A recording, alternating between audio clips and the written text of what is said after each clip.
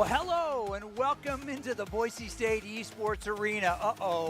This voice cannot be good. Tonight is the start of the NACE Collegiate Rocket League semifinals. Only one match to go to find out who's going to be at the grand finals in Florida. The winner will go there. The loser will start looking for a summer job. Super sad, but because this match is so important, we're going to bring in a real pro to tell the story. Star of Screen and Screen, the Danger Taco. With no CRL on the horizon this spring, Taco, is this the default national championship bracket? I would say it's one of. There's maybe, I would say debatably another one in CECC, but in total, okay, well, with no CRL. What are you saying? The 16 top teams from all over, not just NACE? Somehow?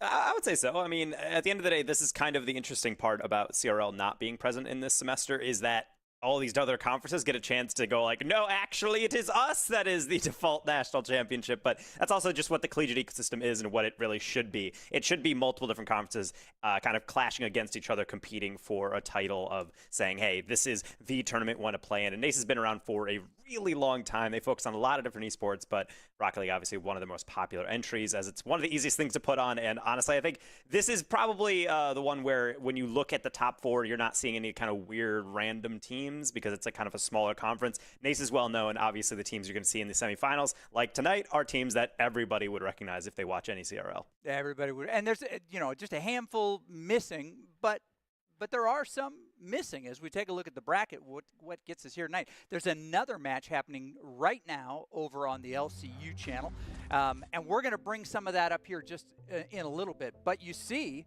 West Virginia and LCU on the other side. But as you jump out, there are some clear other CRL teams that are in this, but not all of them. So with St. Clair in there and Ole Miss in there, who's not here? Who should we be looking for in a couple weeks in Arlington?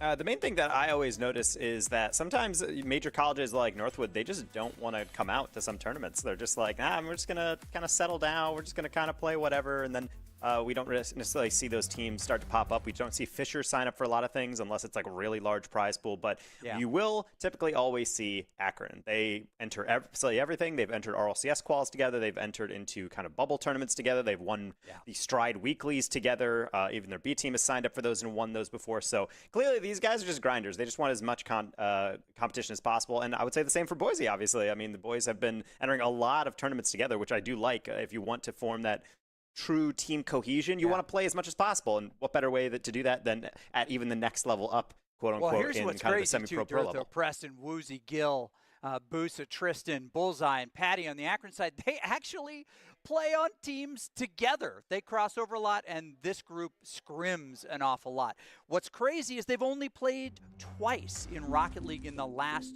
3 years. But as they get ready to go in here, they are split coming into this matchup. Boise State lost the last one at CRL Worlds and won the previous one in 2021. And nobody except Tristan was playing on Akron when that happened. So it'll be interesting. Kind of not the same thing, different record. So what are we going to see early, say, from Akron? I think when you're looking at Akron lately, you're noticing just how fast they like to play. I mean, obviously that's kind of a generic compliment to pay to a team, but I think when I watch Akron, it's one of those teams, along with Boise, I mean, to your program's credit, having a team that not only just has mechanical players, but they're all playing off each other. It's really a type of team where the moment you start to try to take a calm breath and resettle everything is where the ball just gets shoved right back in your face. You really have to play razor sharp for 5 minutes straight, and I think there's very few teams that are able to actually do that. So honestly, getting into this one, pretty psyched to see how this one's actually going to completely turn out, because honestly, this is like a coin flip for some people, and depending on how the kind of momentum gets started, I guess we'll have to see really which team is going to be actually setting the pace. Boise on the orange side, and which is appropriate, and the Zips on the blue. Bullseye back in the corner, doesn't get the big boost, kicks it back out to the middle. Durtho gets it back in the corner. Woozy trying to get it connected. It's going to dribble in front. Preston there to meet it. They're just trying to get it back in there for that second touch. Looks like it's going to get cleared. Woozy with the chase, can't do it. Boise State on defense. That's a heavy deflection. That's actually going to be all the way on target, if not for Tristan being able to tap that one away. Bullseye with the extension and then into Patty. Stuff like that, the coordination between Akron, that's what makes them really good lately. Just the fact that that turns into a barely save, now into an actual attacking opportunity. First goal going to Bullseye. All right, no stress here, of course, as we get into this, but that's a great putback. Tristan with the pass. Patty tries to clear some folks out, and just being there was able to at least attract attention. Get ready to go. 4:10 left. Akron leads 1-0. Boise State trying to get control of this opener.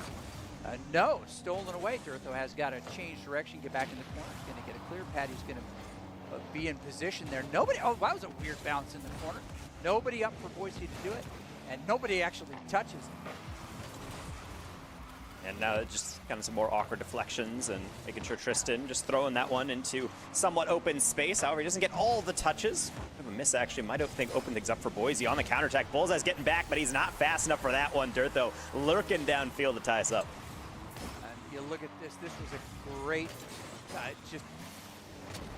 we heard the boom there. I didn't even see where it was and who got it. Somebody blew somebody else up. And that made defense a little bit harder to play. 3:41 to go in game one. This is a best of 7. Kaboom at the start here. Tristan takes out 2. Durtho able to just put himself in position to get some decent spawns, but they're low on the Boise State side. They're full on the Akron side. A lot of control here. Patty plays it off the top there. Funky bounce. Durtho able to get in the corner, but doesn't get the big boost. Stolen by Patty, but he's going to play it. Is he going to get a second touch? He's not able to.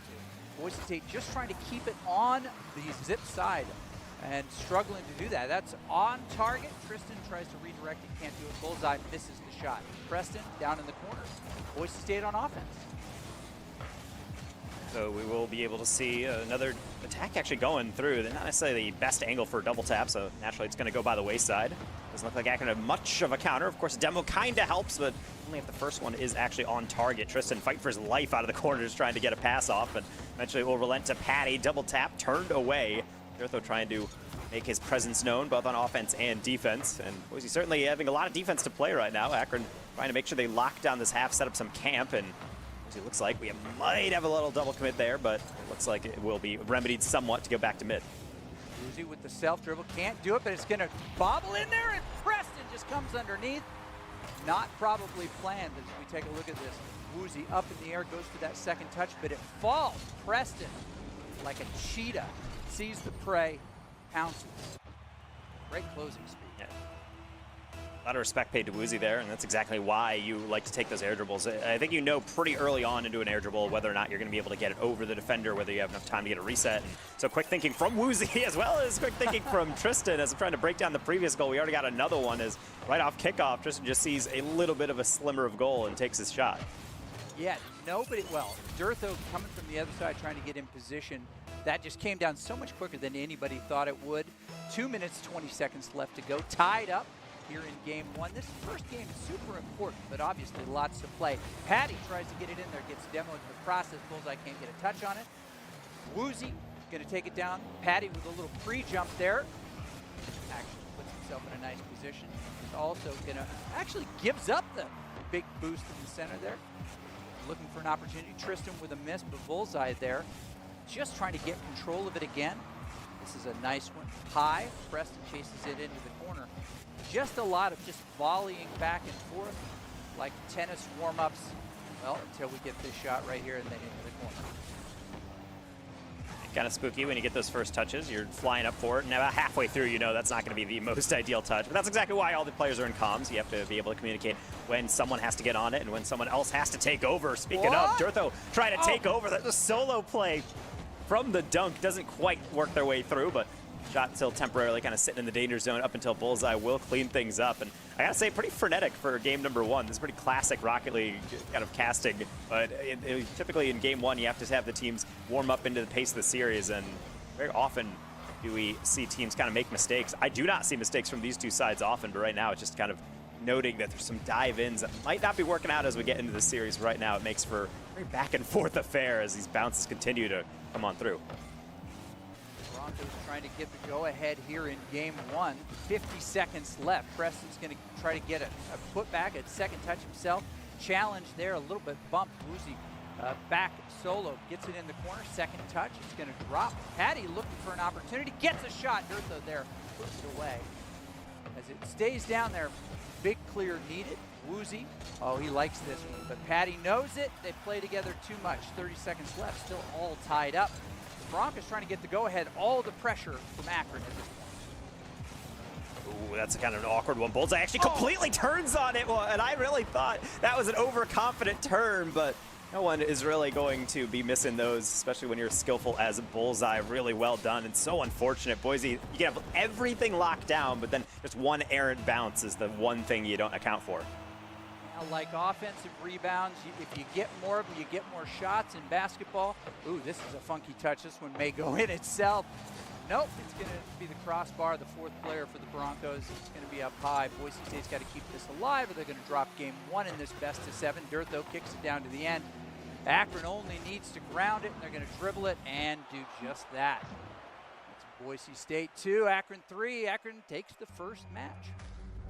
First map. And I granted, it's a tough game to play against Akron. I mean, this is one of the best teams in the nation, and they've been probably one of the best legacy squads from the start of CRL all the way back in like the mid-2010s all the way to now. So it's not necessarily surprising to see them play this well, but I have to say it's not necessarily anything I would say that the Boise team has to really be worried about. I mean, you can see them on the player cams. They're just kind of chatting it over, discussing what needs to be cleaned up, but otherwise they know what has to happen. I mean, at the end of the day, Akron will always be a handful, and I think losing just off of one kind of crazy deflection and one kind of like kickoff goal, those are things that can be remedied. No, in fact, this is exactly the kind of game I think or match anybody would hope for here. I mean, Nate Meeker built this team, built their Rocket League presence 5-6 years ago. They're one of the oldest and most successful teams. We are following the pseudo-CRL map rotation. Manfield was first. This is forbidden. I like this one a lot. So much pink. We need more pink in these maps. A lot of fun. So as we get into this, do you see anybody really warming up? Anybody who's kind of got the handle already? I'm going to say straight up no. I would say that's the kind of the most of the time when in these games, I think there's kind of deciding who has the hot hand. And I think just like in kind of basketball in a way, if you have someone who's really on it today, I mean, I feel like most players know to just keep feeding that player the ball. Tristan, as always, is just so reliable. He's scoring some nice shots, he's setting up some nice goals for Akron. But the thing is, they are not necessarily into a trend because we only have one data point to really go off of in that game number 1. So game number 2 on, I would have to say, probably the prettiest map in the game. We'll have to see if the gameplay from Boise is equally as breathtaking as we're trying to at least get out of our half for the start of it. Woozy trying to do this so slowly, and we'll only be there halfway as 2 players. Well, I don't know if anybody else noticed this, but we have switched colors. You do not need to adjust your phones, your laptops. They're trying to do this. Tristan with a shot opens it for Akron in game 2. 4:22 in, gets that first goal. Yeah, you know what? Sometimes maybe players just like their car decals on one team rather than the other, and they just want to make sure their car looks good, because then they'll play good. And of course, Tristan also playing good. Don't really need much of an invitation, kind of an open read there. Just has a contest, kind of putting a hand up his Boise, but not quick enough. This one, more than fast enough. Durtho able to cut that one out before anything too dangerous goes through. Woozy with a follow-through will at least get to Bullseye, but problem is we can't do much else because everyone else getting demoed or just trying to get boosted to be able to catch up with the attack. Skins equal wins, I think, is what you're saying. Self-dribbled himself. Nobody in position with any speed to put it back. Durtho, the close dribble there. It's going to be on. Somebody's got to touch it, and it's Woozy who gets up there. He plays that backboard really well. Player set early on as they get a big clear pressed into Woozy. This is a pass, probably back to middle. Durtho in position to get it. They were referring to Bullseye as the demo merchant. And we've seen him do a little bit of that, but when he's playing super comfortable, he does it all the time. Bangs out there. Woozy gets control of it again. Patty tries to get the 50, just kind of brushes it. Durtho with a shot into the corner. Second touch, pressed in, and it's in. Boise State ties it up. 3:28 left. That was a nice little pass. Reminiscent of the 90s, let's just say Trailblazers. Little three-way there. I like some Portland love there. But at the end of the day, I also like when players go for the feints right there. Dirtho ricochets one on the hook shot off the corner and then jumps for the ball, but not necessarily to be able to get in the way or get a 50, but really just to make the defense have to pause, because they already know they're too far away, so they really just have to wait for Dirtho's shot. But when it never comes in, then that means Preston has basically a full 3 seconds to set that shot up. So well done on the first attack. Dirtho tried to get one of his own, though. All turned away by Patty, as well as landing directly in front of the follow-through. So really, Boise is going to have to really be working for a lot of these attacks. Akron doing really well in the follow-throughs. That bump almost really messed up Boise's day. Was able to get a touch on it, Dirtho was, but they haven't been able to clear it. These, I mean, seems like when teams get clears, they are big, big clears. Double commit the corner. Patty steals the boost. Boise State is starved. Preston with nothing, Dirtho with nothing, but they can't connect. Losing with 32 measly. And he gets demoed in the process, so actually he just gets more. But with 2:35 left to play in this. Back and forth, but Boise State not doing themselves any favors by having to play so much defense. They need to get those passes going again, get them downfield a little bit.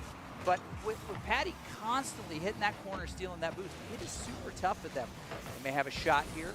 Bullseye redirects it. Preston back into the corner. Just about 2 minutes left. Tied 1-1. And this is exactly what I was talking about with Akron playing incredibly fast, because it's almost like they're getting bonus points or in their own head for stealing away the boost. Every single touch is high, it's difficult, it's quick, they have an immediate follow through, and they go for your boost. So when you're playing a lot of defense, it's really just not enough to you. You're just trying to make sure you're grabbing enough pads to even jump off the ground more than halfway up the field, and then being able to get your touches. And when they do get some touches, Boise's trying to throw it forward and only do so much, because then they have to play catch up and deal with players like Tristan hook-shotting their way almost to a goal past everybody, but even he can't put that one past absolutely everything, including the post. Demo Merchant, Bullseye starts that slaughter fest, and then both Woozy and Preston get one of their own. These teams, they give each other the grief. Okay, back in the middle there, Tristan trying to get control of it. Woozy back playing the wall, looking for that opportunity. Doesn't get a big clear. Patty gets it back in there, but can't get it connected. Those are shots they're going to want back, probably. VOD review those. Bullseye recentering it. Preston with a pass now. No one there to receive it. If it drops, maybe they'll get it. Dirtho going deep, deep all the way back, and a shot. Accidental. Woozy can't get a touch on it. Dirtho's going to try to play it, control it, get it back. Pass to Preston. Off. Thankfully gets enough of it that it doesn't go in on the redirect. Still tied 1-1. 45 seconds left to go in this game.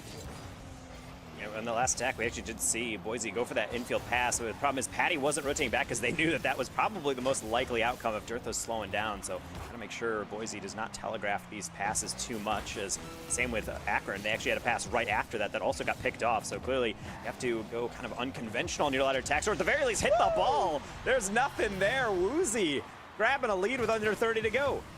Cade Hall, the pride of Arlington, Texas.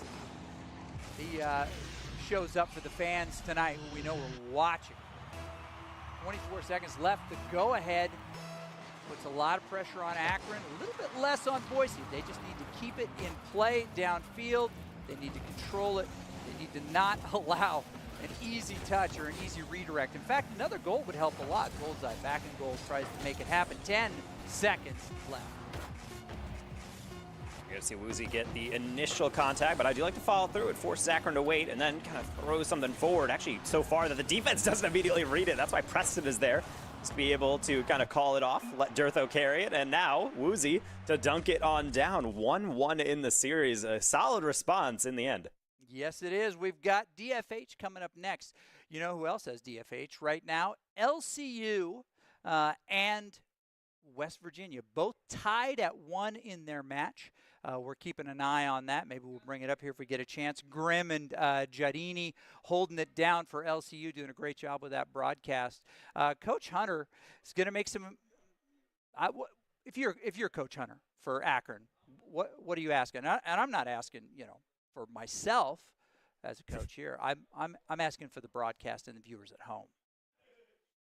I would say when you are playing in games like this, oftentimes it's going to come down to almost like a John Madden-esque term of making less mistakes than the other team. Because everyone knows these teams are lethal. You're playing incredibly well. Yes, you have to be more coordinated. Yes, you have to go for your passes better. But the biggest thing I'm noticing out of Akron is they're biting off too much on a lot of these attacks. There's moments where they have the attack going, everything's cooking, and then you turn around after a missed shot and suddenly, oh, we left it wide open. That's really what led to that second goal. You're tailing, you're trying to get a hit over your shoulder, and you just can't do it in time.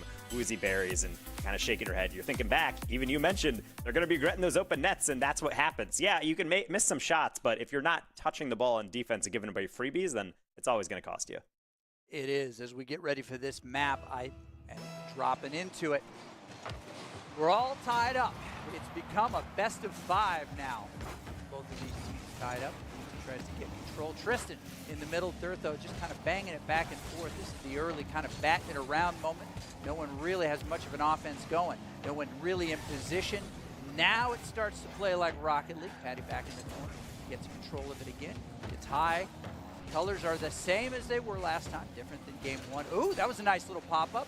If Tristan had any boost, he might be able to get up there and put a shot on, but can't really get it. Big clear by Patty. He's going to come back down there. Just rally, volley, anybody with a second shot. Durtho a little bit too deep. He's got to play defense. Gets in there, gets a little bit of a 50 double. Woozy gets it back to Durtho. That was a pass. I can tell you that shot can't get his own follow. Preston doesn't really bang it in there, but gets that 50, a little pop-up. Anybody to follow. Bullseye's pretty much out of juice there. But manages to get it downfield until Woozy blocks it. This is the first time in a while they've actually gotten control. Preston with a nice cut and save there.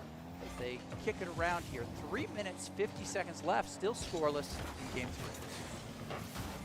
We'll see some nice turns in place, actually, from a lot of these teams. And I think we're starting to see, not necessarily the unconventional come through, but a lot more aggressive half rotations where it's not just waiting for your next teammate to come through. Sometimes if you have enough, more than enough boost, you might as well just turn and take it yourself. Speaking of, Tristan, never afraid to do so. However, he's completely out now. He has to wait for the rebound, and that would have been Patty if not for the fact that he's last back. Woozy trying to take it himself, and I will take no chances cutting in, just to be able to help out his compadre there. No clear from Tristan, though. A little awkward as was I going to have to carry through. Honestly, a lot of nervy touches coming through. I'm still surprised that we're still starting to see this. Yeah, trying to get, well, actually, interesting play there. Just draw, and it, you know what? Interesting turns into a goal for Akron. Just as patient. Preston doesn't do as much with it, and then just gets it stole right away from him. I mean, there's always those kind of weird... Yeah. I mean, at least just talking about that last one. I mean, those are the kind of the awkward moments when the ball is rolling that slow. Typically, a lot of your clears on defense come from the momentum of the ball. But when it's slow, you have to not only pay attention to whether you're getting bumped, but you have to also pay attention to the play in front of you. Can you catch it? Can you bring it down? Can you possess? Do I have to hit it forward? Do I have enough boost to air dribble? Can I air dribble? There's a lot of questions. I feel like right there, or maybe a little too many of the processors inside the head of Boise were a little overloaded. Yeah, when you get into the flow of it, you get into a good rotation, and you're pretty much just like tennis, just back there wailing. Can't get it in. Preston tries to get it down there. Durtho with a connection. Preston, third man, looking for that opportunity, and he's going to be in the right spot. Just directs it. Watch for that 50. Here it comes. Bullseye. Oh, that was a nice touch there in the demo. He's got a little bit of a power play for 3 seconds, and then he gets down there. Durtho with a second touch. Oh, my goodness. That's one of his best. He was unable to connect on it there. Patty dropping back to do this. About 2 minutes left in this. Akron with the score, but it feels like it's been Boise State with the pressure. Yeah, Boise has been getting a good solid looks, and I really do mean solid, particularly because Akron been a little precarious there. Patty, someone into no man's land. That's not really a destination you want to be able to find yourself trekking to, but it's fine. He'll maybe make up for it with the back post, but going to be turned away. Problem is all these clears from Boise. It's doing well for their defense, but defense does not turn into offense unless there's some form of transition. Right now, it's just kind of black and white. You're just moments where they're clearing it and then somewhat moving forward, but not really anything into consistent pressure. And I think that's the issue, is that if you're not getting consistent pressure, you have to make sure the shots you do take are flawless. Patty maybe trying to demonstrate, but that double just barely going to miss. Durtho high off the wall there, was unable to get his own dunk there, Patty was.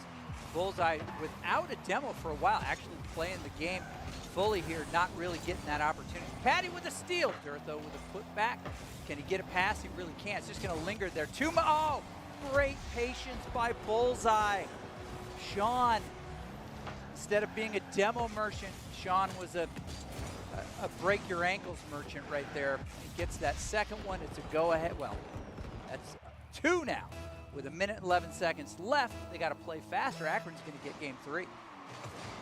It's a good presence of mind from Bullseye, and it's really, he is someone who wears a lot of hats for Akron. You mentioned he goes for a lot of physical play, but at the end of the day, he is the distributor. He had the most assists in almost, I think, all of CRL when it came to the last semester, and really when it comes down to plays like that, he also knows that he has the presence of mind to just sit there and say, hey, I know Boise has to dive at this. I know that I am ahead of the curve. They are trying to catch up, so that's a perfect chance to fake. It's an unfortunate one for Boise, but they still have a little bit of space. Hopefully if they get this flick fast enough. Fortunately, with limited boost, trying for the 180, and that's not going to fool Tristan. No, he was very, very patient. They're trying to give a little bit back. Preston with his zone. My goodness, this is going on the highlight reel for sure. Preston, little dribble, little tires action, bounce, and then slide, little roll.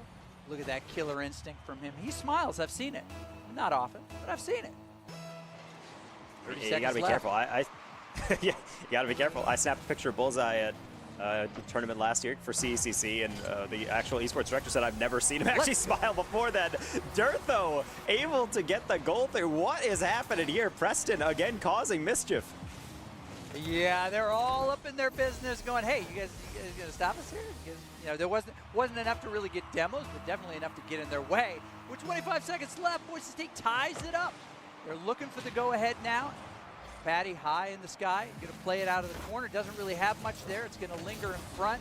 It's a redirect, but that's kind of perfect for Preston. Tristan isn't up there to meet him.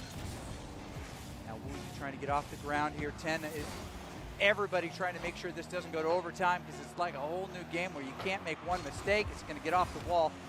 Nicely done there, and Bullseye able to close it out with 1 second left. It's not over, but it might be over in game 3.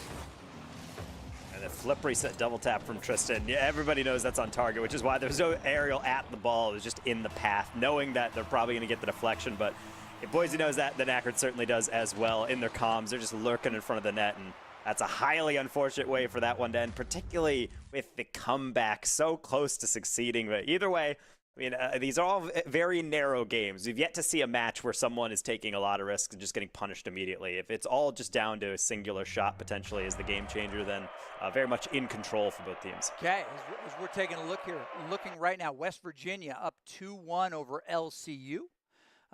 They're in game 4 now, looking to tie it up. LCU leading with 30 seconds left. As I mentioned before, Grimm and Giardini on that call for LCU. They're doing a great job trying to get their broadcast rolling, and exciting to see them do that. LCU, you're talking with the players before. No one's really surprised that they've made the run that they have for Lubbock Christian. It's been pretty phenomenal.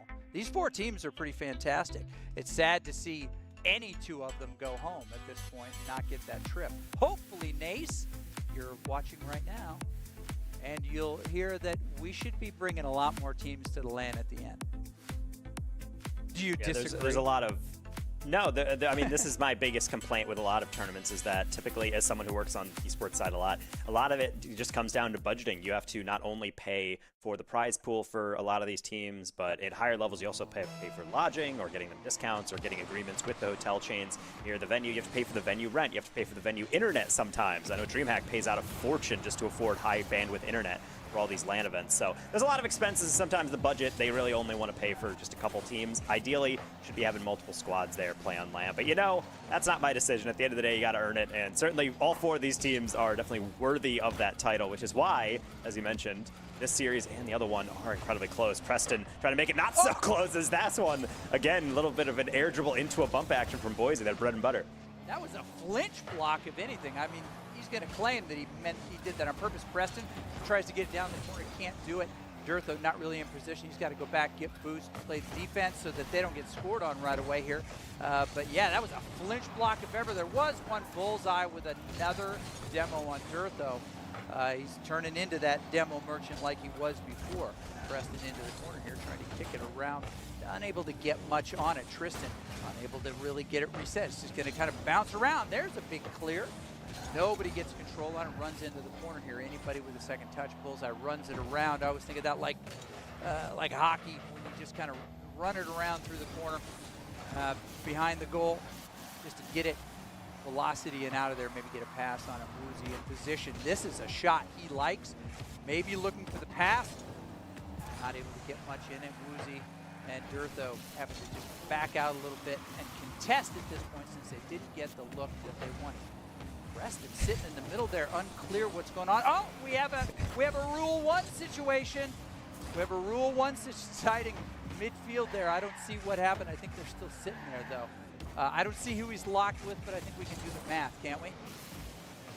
Respect there, as we're seeing 2v2 open up. Patty plays a lot of that game mode. I'm sure everyone else does, but this one opening up really well. And that's the problem with having less defenders, especially in 2v2. It's kind of a 1v1 situation at times, especially when you get that first flick so well done like Patty. So highly unfortunate. Sometimes you need all three players there, but Akron, again, showing they're consistent. They have the offense to really persist through any random game mode changes midstream, but I know Boise's also capable of that. Here's bump attempt number 2, a rocket on target, but still not going to beat Bullseye. Yeah, that was a good pass. Woozy with a putback, and Bullseye's going to be in position there. It was Bullseye and Preston who were locked in the Rule 1 situation, and we'll talk about that during the break. But now while the action's happening, Boise State down 1 with 2:45 to play here. It's going to come back down there. It's going to be 2-0 with Akron up 2 games to 1 at this point. We saw the Boise State squad come back in a previous game when they were down this much. The Omnom is a strong and aggressive goal replay. Boise State trying to get control here with 2:40 left to play, but Patty's going to get an early shot. And right now, I think we're starting to see the havoc of a team that loves to play demo heavy with Akron, not just because it clears the path, but Boise is a highly capable team. The issue is that they really trust each other so much to be able to cover their options, where you have one on ball, you have one maybe downfield in the middle, you have one person back, and they don't really rotate necessarily as close-knit as some other teams. And I think that's the problem that starts to creep up, is that once a demo comes out, not only is your defense missing a little bit, but there's whole chunks of the field that are kind of unaccounted for. So make sure that they're not going to let that happen too many other times, particularly with Akron starting to almost take their foot, not necessarily off the gas as being complacent, but they're definitely not pushing forward. They know that this is more about just clock management at a certain point. Preston demo, that is Bullseye's 3rd in this 4th match. Trying to get it clear, but they are all clustered up. You can't let that happen for very long. Patty gets one on. That was a nice attempt there. Kicks it clear. Tristan with the redirect here. Boise State needs a big clear, and they need some boost. They're pretty starved. Patty and Bullseye able to take those long mid rotations into third man and not go back very deep. Keep them up there. Durtho still starved again. Woozy's going to spend everything he's got just trying to contest that one. And this is where it starts to get dangerous, because if Bullseye gets a demo and then gets the corner boost, it's going to make it pretty difficult. Not able to do much. 1 minute left. Boise State needs 2 goals in game 4, where they're going to be at match point, and I mean Akron. Boise has been able to make those comebacks before. Problem is Akron already knows that they're capable of that, so they're trying to stack the back line, try to park the bus somewhat, and they're doing so pretty well. Let's get a 50, and then immediately someone's on the follow through. This time it's Tristan, also causing havoc out of the corner by just lobbing it forward. Every single clear is going to waste probably another 5 to 10 seconds every single time. So that's why Boise has to be super efficient. Problem is you can only take out 1 player at a time. The backboard defense is so solid from Akron. Every option is covered, except if maybe some demos come out. Awkward 50, but right back in the mid anyway. 24 seconds left. Boise State trying to get something, and honestly, Akron just trying to get that 3rd one. Not as much control. Durtho tries to get a clear out. Preston and Woozy are going to chase. They can't even get a 50 on that. Tristan gets control again, and they are just on their heels. I think they're going to go next this one, make some adjustments in the game to make this happen. I don't know if we'll have it, but try to get around it one last time. Good. I'm glad they're not going for it. They're trying to get that goal and just swing the momentum back in their way. But I'm not sure if we have it. But that Rule 1 situation was an interesting one, and it kind of led to the go-ahead goal. I mean, it's one of those rare moments in Rocket League where there's like a kind of a meme rule that you don't have to follow, but it's always kind of cute that all players kind of agree that they still will, even such a high-stakes series. It is a little awkward, though, because, yes, the players adjust to it, and they understand, okay, now it's 2v2, we can't rotate the same way, but it does open up a lot more risk, because if you dive in and miss, then suddenly it could turn into a 2v2 or just a 1v1, which is way more stressful as a defender, because you know you can't just dive in knowing that someone has your back, and I think that definitely started to give, like, a little bit momentum to Akron. The second one was kind of a counterattack off of, like, a missed aerial from Preston trying to rush a play when they didn't maybe have the angle, but either way, I think this is one of those things you just got to take a deep breath in, take this full minute in between games and really understand, yes, it is match point, but it's by no means completely out of our reach. You just got to make sure that you minimize everything. And maybe if it starts having to be passive, that's one thing. But as long as the defense is solid, then I trust the offense to be able to get some shots off and do something lethal. All right. Coming into Deadeye Canyon here, the weather is blue. There's lots of it. The interesting thing is that, you know, if you hit that Rule 1 situation when you're locked up, and it's your best player, but these teams don't have a best player. They have 3 best players. So it's just a little bit different. Boise State needs the go-ahead here, or Akron is going to Orlando. Patty kicks it into the corner. Woozy trying to get it out of there. Bullseye gets a touch on it. It's going to be off for the double commit. In that process, they can't really get the handle on it. Durtho's going to try to get it up and play it, but it's going to stay down. Woozy takes that rotation. Preston, nice kick and clear. Woozy, favorite spot on the wall, is going to get a second touch here. Can't get it to go. They may get a second look here. Ooh, no dunk available. Preston has to turn tail and put himself in position to get a nice pinch off the wall. Doesn't quite go where he wants. It's going to be a little bit too in front. Can't get a dunk. Durtho, not enough boost in the tank to get high enough to move that thing out. Woozy will redirect Preston. They might have tried to do a team pinch there. But with about 4 minutes, 10 seconds left, still scoreless here, but Boise needs the most out of this game. Yeah, that's exactly why you can see the considerations on these touches starting to be a little bit more individualized. Just saying, okay, yeah, we can try for some passes. We can try to just kind of knock it into positions where we can chase, or we can just keep it on top of our hoods, because I trust everyone to do so. Problem is, everything gets unraveled so quickly. Unfortunate there, as Tristan forces out a 50, and that double commit is so hard to predict. Yep, and that was just perfect placement, as Patty is known to do. It's been interesting as we get closer and closer to the end of Tristan's time. I mean, he's been at school for a little bit. This is his degree year. Going to get married shortly after. Got a chance to chat with him at Sierra Worlds last year. This is such a strong group of people. But I can't like him right now, let me be honest. Tristan trying to get up in the air. Boise just trying to get, and this is going to create some problems. They're going to need to make some adjustments quick. Unable to get it clear. Tristan with a pop-up, second touch, and then Patty with the finish.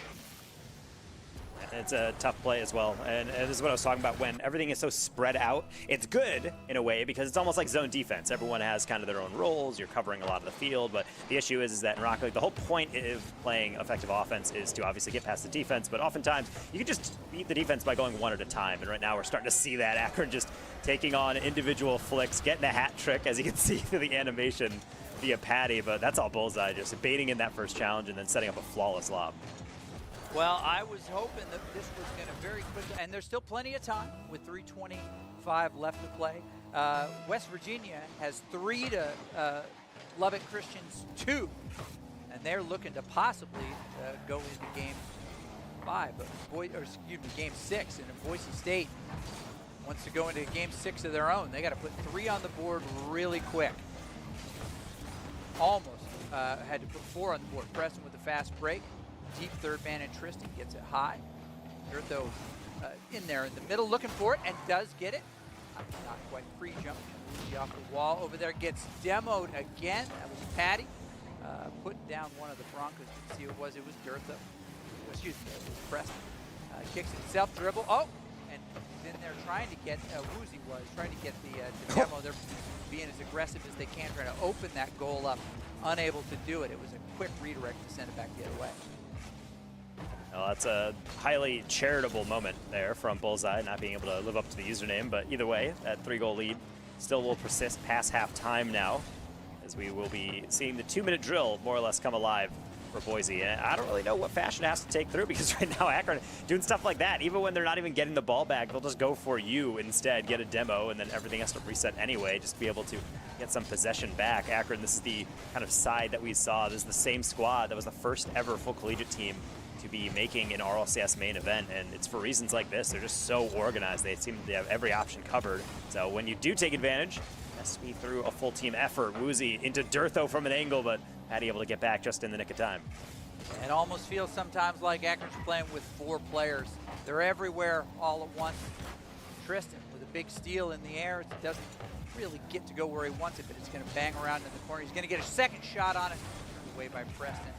Who's stolen again by Tristan in that corner. He's going to have all of the opportunity there. Demos need to start coming out. Field needs to start getting cleared, but they just can't get a handle on it. Minute 25 seconds left. Boise State needs quite a bit here, but they're playing too much defense to get the score moving in the right direction. Woozy with the dribble there, can't get the dunk. Preston sees where it bounces, gets in a nice position, keeps it down there, but Tristan full up is going to be able to air dribble and keep it down in that end. And really, Akron's just playing for time. Look at the fighter pilot score on Patty RL's, look at that, 5 goals. That can't be right. No, 5 shots, 3 goals, 3 saves, and a demo. And best players get involved. The cool thing about Rocket League is that it's not like football. You don't just transition over from offense to defense. You really have to be good at both. There's really a liability if you're not. And a lot of that just comes from being available and being able to play off your team really well. Akron has one of the better systems for how close the players are. Certainly, I've talked to a lot of programs where the players kind of just, they're aware each other exists. They kind of just, you know, talk to each other occasionally. But like Akron players, they're like the best of friends. And I think you can see the chemistry throughout all their play style. They're always constantly looking for each other's passes. They're doing creative things. They can improvise really well. And I think right now, Boise has particularly struggled with that as things have kind of gone down the wire. Mainly just because it's almost like Akron's kind of whittling them down. Final seconds, maybe something for the road of Bullseye. Home goes this one, but it doesn't look like he's in the mood to do so. Well, the best thing I can say about them is that they're a real team at a real school with a real director and a real coach, and they play real Rocket League. And this is going to be the last one. If they're trying to get one more, somebody just needs to get that thing on the ground. They almost got one there again. And that's going to be Akron that goes on to Orlando, most likely to face off against West Virginia, who they played already this year in a best-of-5. And it was a loss for Akron. West Virginia 3, Akron 2. They've played each other a bunch as well. All these players know each other, and they play multiple times. This isn't it for Akron and Boise State. They're going to play at CECC. Both have already qualified to make the trip to Arlington this year. But in this edition, in the NACE event, it is going to be Akron 4-1 over Boise. So as we get ready to kind of close this thing out, what do you carry into Arlington in a few weeks here at the beginning of May, really, 4 weeks from now? If you're Boise State, what do you carry from this match? Well, just another lesson learned. I think you guys by far were the best team in West in the previous semester in fall, being able to go farther than every team except one outside of that going through into nationals. So that looks great. Everything's fine. But the biggest issue about any team that is on top or near top is that you have to continue to be at that level and improve in yourself, and then everyone else also gets better. We talk about LCU. They're playing against West Virginia. Whether or not they win that semifinal is up for grabs, but LCU is probably one of the most improved players. They have teams. Yeah. They have 2 rank X players. They just got Dribs, who I think is at least rank A, so he's disgustingly good. West Virginia is kind of figuring out some kind of kinks in their armor because they had a little awkward moments in fall, but obviously they're still excellent right now. So I think going into Arlington, the biggest thing you got to fixate on is just saying this is a loss, but it's to arguably the best developed team in like the CRL ecosystem in Akron. They've been playing so much together. So just, you know, learn from this, sit down with Waiton, sit down with anyone on the analyst side, and just be able to go through kind of what went wrong. Everything is fixable, and just kind of focus on doing the best the next time. Maybe on LAN, a little bit different. You get a little bit more motivated, the adrenaline coursing through you. Well, here's an update for you. We may be able to bring it up. Lubbock wins game 5 or 6. And they're in Game 7. Lubbock Christian and West Virginia with 1 to go here.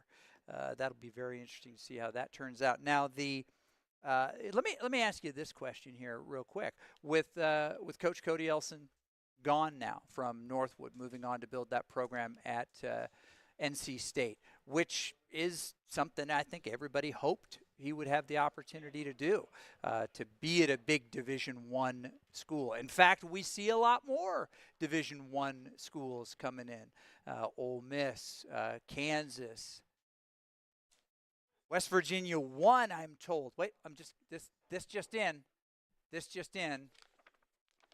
West Virginia and Akron rematch again at the NACE Grand Finals in Orlando, Florida.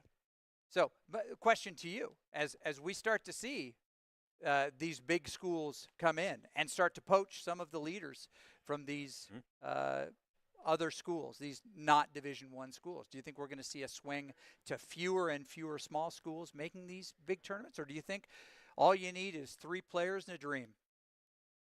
I think there's multiple layers. I used to talk with Cody about this, about saying that there's some private schools, especially the smaller schools, where there actually can be like a decent amount of like profit generation out of this for the university, and being able to push esports and really just throw like dump trucks of money into it and say, okay, let's give you a huge lab, let's give you as many pieces as you want, we'll get you like 40, 90 GPUs and everything. We'll be able to recruit like 17 players for 3 different teams or whatever. But when it comes to obviously public schools, even though they have a massive endowment of being like a D1 level school, it gets a little more difficult. But I think it's more about trying to start advertising to those schools and saying, hey, this is not like a niche hobby. This is something that esports people really like. And in my opinion, a lot of the issues people have about those smaller schools, like the Northwoods, like the Fishers, like the IRCs or whatever, that's a self-remedying problem if people see those schools as an issue, because as these larger schools get in, they'll start to throw money at it, and they'll start to understand, oh, there's people who will never once attend our basketball, our football, any of those games, but they will go to an esports center, and they will watch some Valorant, they will watch some Rocket League, they will watch Overwatch, whatever. And I think capturing that and understanding that, oh, we don't even need to throw millions of dollars at this program. We can just like carve out a little bit of the budget and give them something to be able to build from, give ourselves maybe a national spotlight we don't even get in another completely different avenue of student recruitment. I think that's a huge thing to see. And obviously West Virginia, they feel confident. Ole Miss feels confident, as you mentioned. And I think more schools will follow. I think we're probably another half decade out from seeing a true like massive growth in that sector. But it's very encouraging as a fan of the collegiate scene to see these schools actually not only stepping into the pool, but like cannonballing in by actually starting to provide actual real scholarships. Yeah, and it's been interesting to see how that develops. I mean, the early adopters were able to get those scholarships rolling, but now that they've kind of leaked the cheat code a little bit, you're starting to see these big schools do it as well. When they can get the scholarships flowing, they can attract students. And there's something to be said for a big Division I football school with a real campus, maybe a big Greek community. I say a real campus. I'm not talking about anybody in particular, certainly not any colleges in the Boston area. But if I were, these big campuses, like a great example is Ole Miss, right? Oxford, Mississippi. That's a real college campus in the traditional sense. So very attractive to a lot of players. So I will ask you this one here. I mean, and we're just spitballing here, but what's missing in the storytelling scene for collegiate Rocket League right now? What are we not doing enough of that we should all be doing more of? And maybe I'm hinting at the early CRL shows that you and some talented folks ran, where you were coming up with your own tier systems and all that fun stuff. What's missing? I think that happens a lot. I think the bigger issue is that the CRL broadcasts are such a massive segment of exposure for the collegiate scene, because the biggest issue I always find with like someone who loves analysis and I love being able to break down teams and rank teams and whatnot, is that the Rocket League subreddit, for example, has 1.3 million people on it. And then the esports subreddit has 100,000 people on it.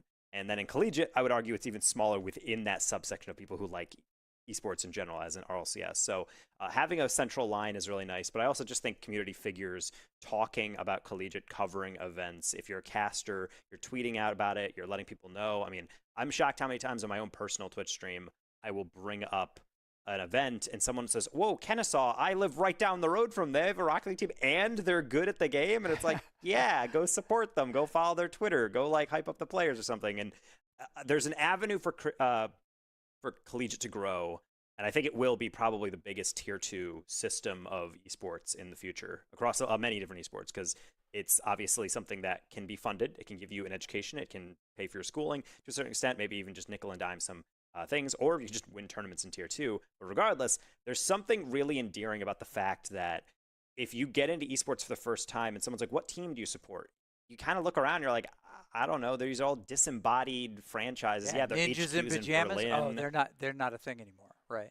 Yeah, like they're just like a random collection of like faceless orgs, whereas it's really nice to know like, oh, I could technically root for my hometown team if you're from Boise, or like, oh, I really like the idea of rooting for UT Arlington or something, or just a school that you can visit the campus, you can meet the players, and I think it's really nice to have like a home team thing, or maybe your home state if you're from Idaho or something. Well, so I have some new numbers from Kurt Melcher, who I was with a couple weeks ago in Worcester.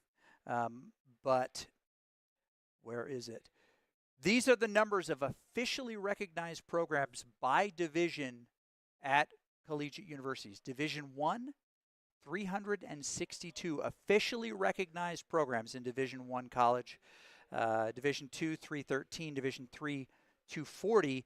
And over 200 community colleges with officially recognized esports units. Now, that doesn't mean scholarship. We know in Division I, it's about 110 schools with some kind of scholarship or support, and about 90 with full-time dedicated staff. Division I, football schools, FBS schools. And aside for you, are you seeing more awareness or support around actual schools than you used to? It used to mostly be just players. Are you seeing people who are fans of schools, not just players now? Yeah, I'm actually seeing a lot of. I think that's the biggest actually thing in RLCS I've noticed, and this is something I've actually tweeted out and as a debate topic, and it got some people back and forth. It's like, I argue most people are not a fan of orgs; they're a fan of the players, because when players leave some orgs, they don't root for that org anymore. They're like, "Oh, Justin's going to Shopify. I'm a Shopify fan now," or something. So I think with collegiate, players can rotate in and out, and you can be fans of those players. But if a certain player graduates, if you're an alumnus, or if you're from that town, or if you grew up because your dad is an alumnus or something, you don't stop liking that squad. You like the school. And I think we're starting to see fan bases grow because of the schools. I mean, Wichita State, for example, is a rabid fan base of people who absolutely love their esports team. Every time I broadcast them, I have 50 people coming into the chat just being degenerates in the best Shocker possible Nation way. It's is real. Oh, yeah. And they're just screaming their heads off. And I'm like, that I don't really think happens in the same fashion sometimes with pro orgs. I mean, some of them carry a big fan base. People certainly tune in when they know the team is playing. But just the passion that collegiate players and the fans on campus have is just another level. And I can't wait for that to start to be unlocked a bit more, which is why I'm excited that collegiate is starting to turn some brands' heads and say, oh, this is actually an avenue in which we can invest in that's actually pretty cool, because we can invest into it not just only cash money, but we can also say scholarships, which if you're in a program that doesn't completely fulfill your scholarship requirements, then you can earn money and then pay off your debt. And as someone who is going to be paying off my debt until like 2050, it sounds pretty good deal to me if I had that opportunity. For sure. Well, we'll get you out of here on this. And production, I don't know how you got the old man filter just on mine. He looks normal, but I don't understand it. We're going to work on that. We will end here with the top 5 in just a second. If you're sticking around, as you should, not you, Taco, but the Mountain West semifinal versus Colorado State in Valorant is next. Valorant with an opportunity, again, 3rd year in a row to win the Mountain West title. They didn't last year. They did the year before, and that'll punch their ticket to CECC as well. But as we get out of here on this, thank you so much for your time and for jumping in and giving your really intelligent voice and charisma to the college scene. They love you for it. We love you for it. And thank you so much for doing this. So any big thoughts before I full send it? No, outside of just thanks for having me. Always fun to be able to participate. I love helping out really any of the collegiate scene in any broadcast potentials or just talking through stuff. I mean, that'd be great. Yeah. I mean, at the end of the day, I appreciate how just hard in the paint Boise's going for this, because you guys not only invest in your esports center, but I mean, you have your kind of broadcast center. You have this kind of like studio in a way that you used, I know, for your NACE broadcast, where you're at like kind of the center hub desk, but then there's also that kind of a side area, like in like a kind of home studio. So a lot of programs don't feel the need to do that because, frankly, they don't really need to. You just need to set players up and put them on a camera, but I think it adds another level of kind of production value that I really do appreciate. So always a huge fan of how Boise, you guys try to not just meet the bare minimum, you try to go above and beyond. And I see other programs. Shout out to University of Minnesota. They don't have a huge budget, but I always think their broadcasts run really well. So I'm a huge fan of any student-run organizations or people at the university helping out the student-run clubs and organizations and running a really tight broadcast package, because otherwise people are not going to be able to see these games. And if you're going to watch it, always nice to have some good quality production behind it. Yep. Well, congrats to everybody involved tonight. Tough luck for our colleague Brandon Hackett over at LCU. Not going to be making the trip to Florida, but Josh Steger and that squad from West Virginia is going to take on Nate Meeker. I just said Nate Maker. Okay, get me off the camera. We're going to jump to a top 5, and we'll take a break and come back. Taco, thank you so much. We'll see y'all soon. What's up? And you look at this. This was a great.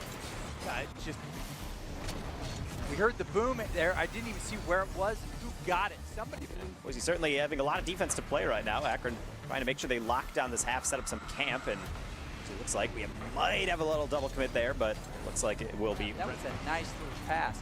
Reminiscent of the 90s, let's just say Trailblazers.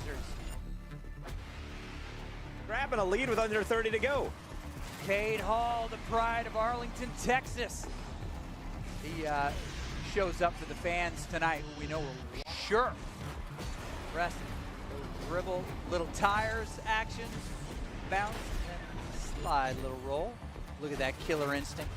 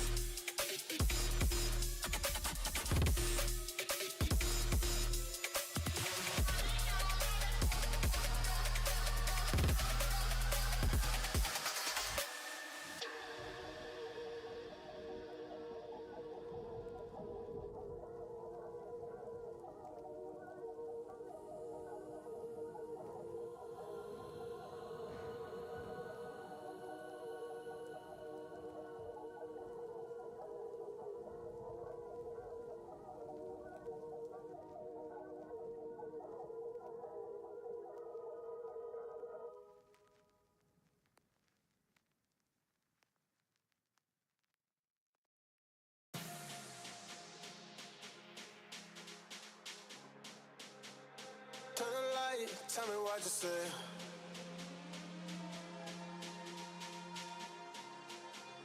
Turn the lights off.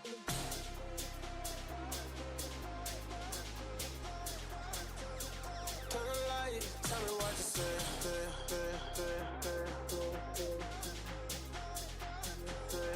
the light, tell me what you say.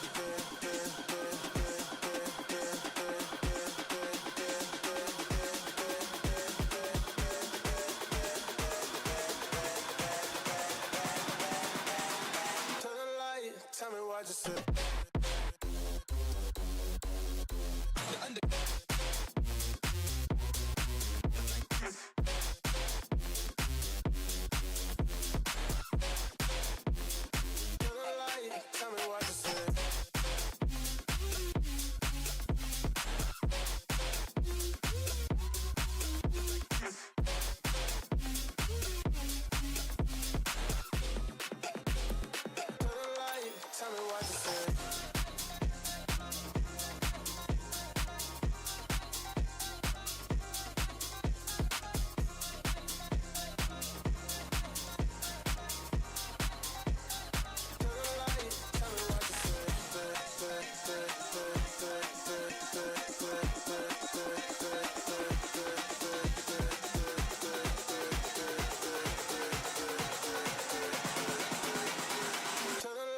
Tell me what you said.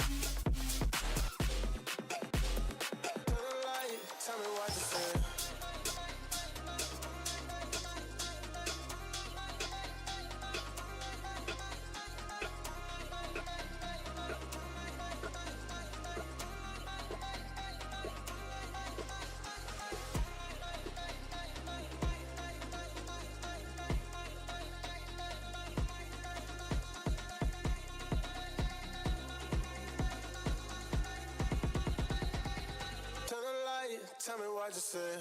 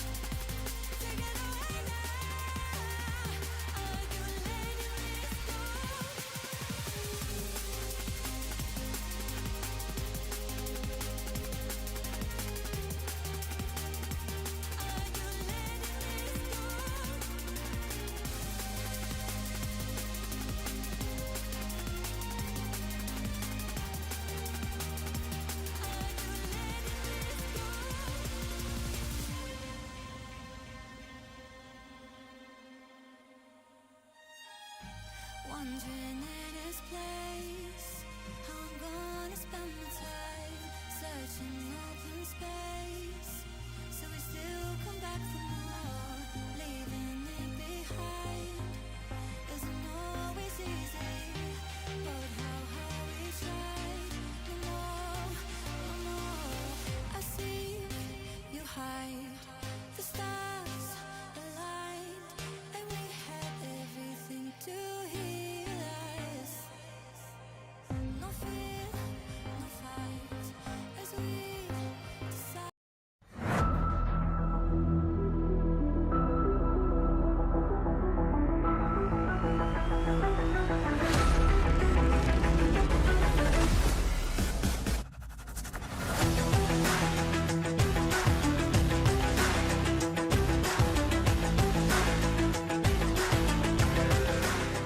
Hello and welcome to the Boise State Esports Arena. You're watching our coverage of the Mountain West 2024 season.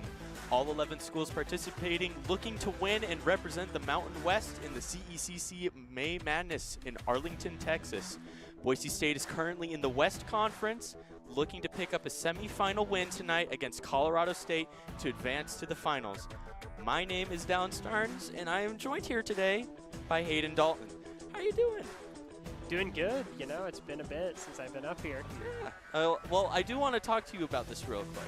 There was a little bit of a silent nerf that went on very recently, and I'm starting to wonder if this is going to take effect into the games that take place today. Viper had a bit of, a silent nerf where now her time up for smokes, the maximum time that they can be up went down from 13 to 11 seconds, which doesn't sound like that big of a deal when you're just looking at numbers, but like in the actual game, that sounds like it could be a little bit of a... Yeah, listen, 2 seconds isn't a lot, but 2 seconds in Valorant time, that is a lot of time. That's half of the time it takes you to defuse a bomb, so it could be a game changer. It could be a game changer. Just think of how many times you see smokes go down at just the wrong time, and it just leaves you exposed, or vice versa. And so there's going to be pretty big ripples from even something just that small, and especially with how we've seen Boise State use their Viper. You see Viper in a lot of the matchups. We'll just kind of have to see how they adapt, or even if it really feels any different. Well, from what I've heard, Lotus has been banned. Split has been banned, so that means our first match is going to be on Sunset. Ew. But that's okay. Personal judgments against Sunset aside, completely putting those aside, how you feel about Sunset? You know, the one match I did see that Boise State pulled off Sunset, it looked pretty great. I'll admit the map is a little interesting with some of these sites, but Boise State seems to know how to work around these and play an efficient attack and defense. I've tried so hard, but before we even talk about that, I want to talk about Dog's keys to the game, and in Valorant specifically, that is going to be flank efficiently, spend and peek wisely, diminish their econ and loot, and this one is from me specifically. Don't trust the right click. Now, you might be wondering, what does that mean? And that means on the first round buy, just don't try and right click with the classic. It doesn't work out. That gun got nerfed. It doesn't work like it used to. And just don't try. You're not hitting that air shot triple hit. Yeah. It's but you still have a chance.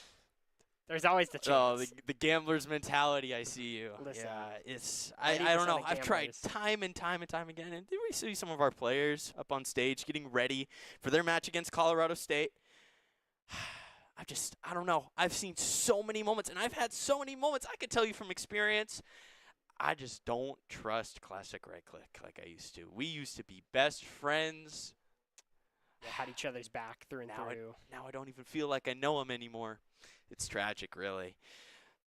Well, I mean, as we prepare for this, I mentioned earlier that we are going to be going to Sunset. Do you have any idea what kind of picks we think we might be seeing?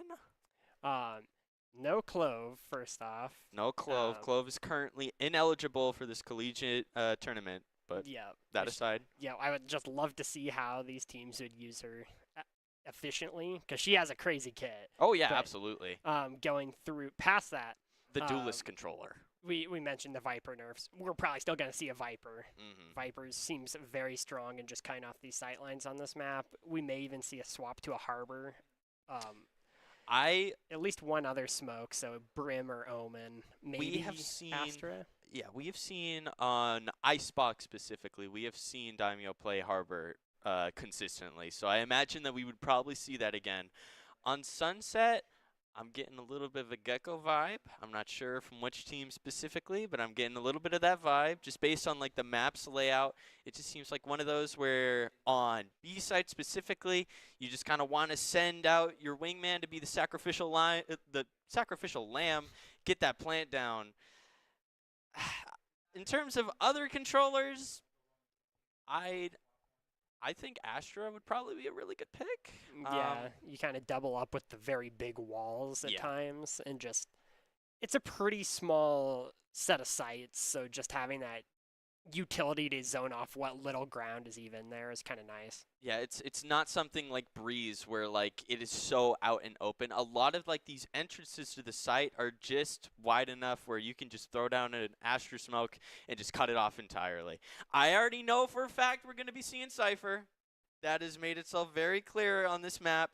Cypher on B site, literally you can't do anything about it. Yeah, The trip there, you try so hard, and unless you have something like a Fade with a Prowler or Yoru with the decoy, it's not possible. Here we're gonna see. This is gonna be last year's replay against Colorado State. On bind, classic Daimyo knife. He pulled it out many a time, and it seems like it was a little bit of a back and forth here with Boise State taking the first match. Yeah, I we feel see- like I remember this. I do remember this. No, this wasn't last. Yeah. This was last week. Sorry, I said last year. What's going on with me? Yeah, that round specifically was very weird. just chasing them right back into the spike explosion. Yeah, I remember it a little bit too well. Yeah, I do remember this one. I believe the final score for Bind was 13 to. Was it 7? I think it was 7. Okay. Boise State did Yeah. end up winning this map as well, I believe. If I'm remembering correctly, I could be very wrong. I also do remember we did see the deadlock on this map, which is huge. We don't see deadlock very often. with Yeah, you don't admittedly see good deadlock reason. at all. Yeah, it's unfortunate, but like current state of the character, come on. Yeah, it just Which don't- is a shame because a lot of their abilities are very cool in concept. Yeah, absolutely. It's just, and it was very cool to see Deadlock in action, but I think you'll kind of be able to tell, like, through this game, a lot of what you'd expect it's just not quite up to par with what other Sentinels can put up to, except for, like, a stun outside of hookah or a stun below the box on A site. There's not a lot of good utility placements, I guess. Yeah, threw the molly there. That's kind of a big brain Shout play out to where that you ace, by the way.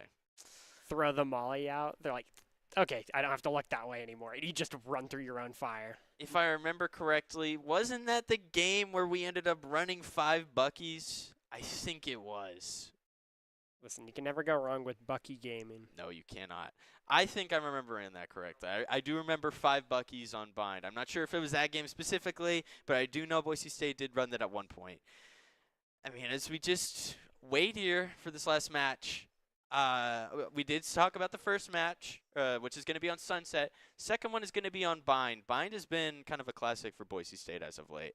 We've seen a lot of Cypher on it. Is We've it- seen Gecko, I believe. We did see Gecko in that little replay there. Brim. Most of the standard picks that you'd expect, but no Yoru. No, Yoru. We've seen Yoru come out by some of these teams, though, to good success. Yeah. I feel like Yoru is just one of those characters that you have to put a lot of time just on the character. Absolutely. It's kinda like a Sova where you really have to commit to Yeah. learning them to get their potential. I mean, it's not like a lineup perspective, like where you have to know the lineups in order to play Sova, but it's more of like a in-the-moment adaptability and timing with Yoru, which is hard to pull out. I'm seeing a Neon, by the way. That would be pretty neat. I would be totally down for a Neon. We do see the Rays coming out pretty common on this map, I feel. And despite the silent nerf, we are going to be seeing a Viper as well.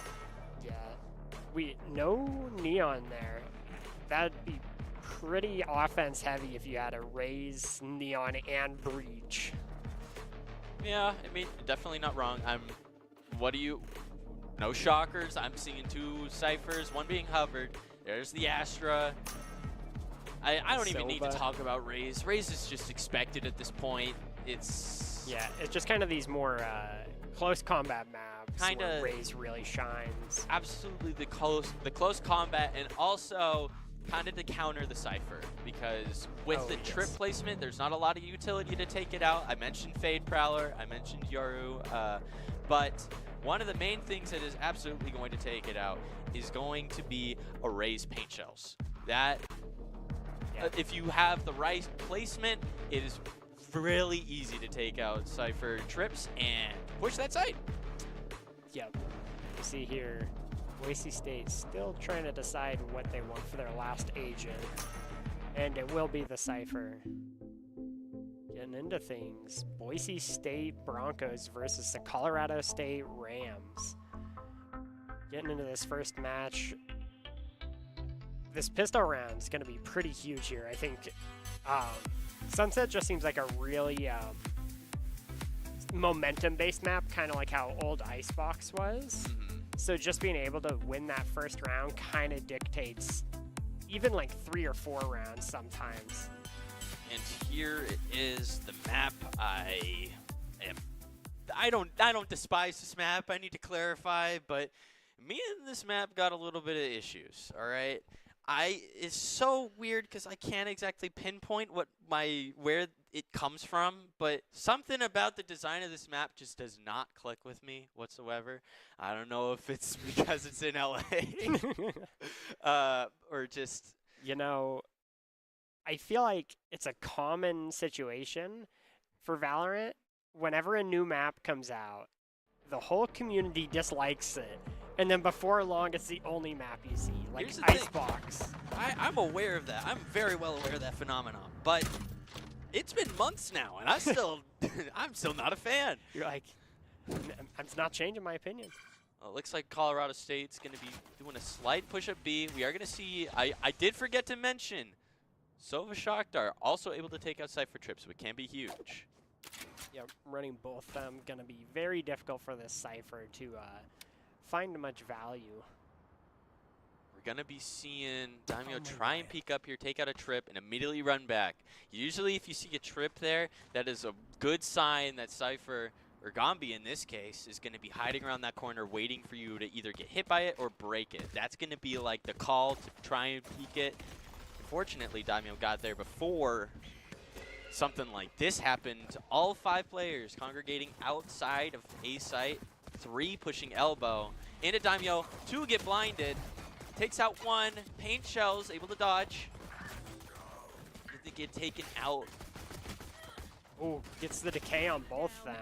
Ruriana gets up another one, and Skies will clean it up, bringing it to 1-0 Boise State. Colorado State playing things really slow there. They thought about a B commit, and then partway through decided to see what they could find at A, but we see just Daimyo buying so much time. Only gets 1, but gets so much intel and delays for long enough that the rest of the team can clean up. Being able to get the trade out there is nice enough. I think it was just unlucky placement for the Paranoia, just not quite reaching everyone. It did hit 2 though, so yeah, get your value. Very smart targeting the one that didn't get blinded by it. That's going to be 3 all holding outside of B, and they already know the Cypher's there, and everyone is immediately put on edge. They don't really want to push this as fast as they possibly could. That's going to be a huge molly. Going to be doing massive damage to Lettuce. Going to get taken out by Rihanna with another molly. We've talked about this so many times, but oh. Yeah, Mace. Mace and Mayhem going to be playing back and getting a little bit of those lurks. One enemy remaining. Sky's going to get the trade, and now it's just going to be one lone Gombi. Or Gombi. There we go. I got it. Ooh. White gets the jump up there and bring him down. So losing 2 there, does Boise State upgrade, or do they just try and bonus this one out? I think in a case like this, with 2 of your team members getting taken out, I think you just save whatever guns you have and just roll with it. Have the other 2 members who did get taken out in the last round just buy sheriffs. And yeah, we see a interesting spread. They do have enough, though, that they'll be able to buy next round, so it works out. See a Phantom full armor here for Damien. very aggressive smoke, or It's offensive smoke. With a huge blind. I think that's going to blind all 4. That's another. Spike down. Ran out of ammo, though. Able to take 1 out. They get traded by Lettuce. Prestige doing something. You know the relative One position enemy there. remaining. Prestige picking up 1. It's a shot off on Mace, not able to find it though. And Skies on the flank will pick up the kill. Yeah. Man, this hallway is just a place of action here. Just these pushes kidding. attempted on it, and they just get stuck halfway in the hall. That goes down. See, fun duty of the Cypher to place all your utility before the round begins. It's like we're playing Rainbow Six Siege here. I'm also expecting maybe a potential camera through the window. I guess not. Yep. We are going to have a breach flashpoint prepared It's the blind. with multiple members pushing through alley. See the smokes coming up. I'm going to be trying to hold a little bit of an awkward hold here. It's In the a blind paranoia. Cypher. Doesn't find it. Blinded. Sheriff's putting the work. One enemy remaining. It's another Rihanna. Oh. That went by really fast. Am I crazy Yeah. for saying that? Yeah, it went really fast, but it was a little bit back and forth there. Deceptively a bit closer than it should have. I mean, See, yeah, not even looking over in that area. Damien just pushing up so aggressively.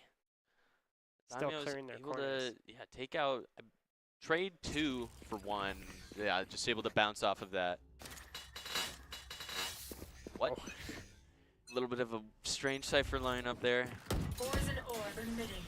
It looks like the Rams are going to be trying to commit up A again. See the paint shells coming out. With a stun and an aftershock. It's just going to be a matter of time waiting for this Omen one way. This is the blind off. They know we're at least a few members of Colorado State are here. Sends out the guiding light. Kind of just playing time here. They got some chip damage on Colorado State. Skies unfortunately gets picked here, opening up the mid.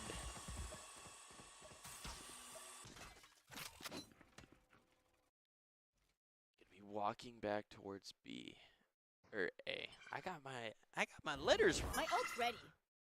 All 4 Okay. hiding there. This could be a really huge ult for Scalasis. Able to Picks take out up 1.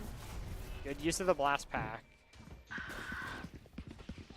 Knows shock where the dart. rest of them are. 30 seconds Yet left. another Omen one way to hold them off. They're going to have to try and push themselves through elbow.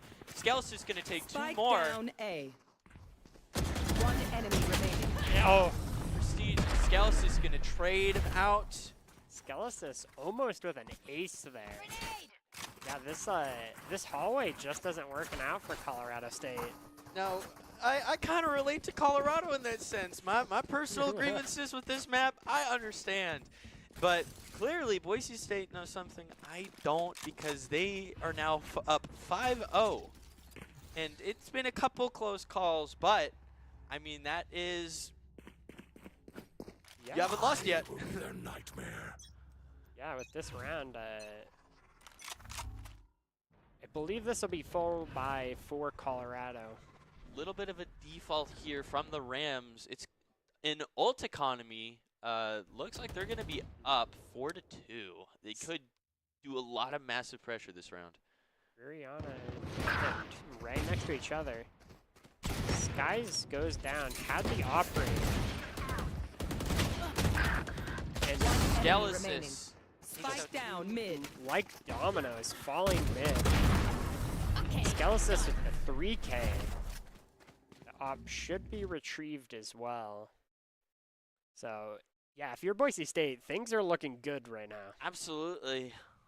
I wouldn't be surprised if we don't see a timeout here very soon, given just like the current state. Yup. And just like that, hard read. Guess what they're doing right now? Frame one to Frame one. They're in a timeout. Well, I feel like I am a little bit of a fortune teller here.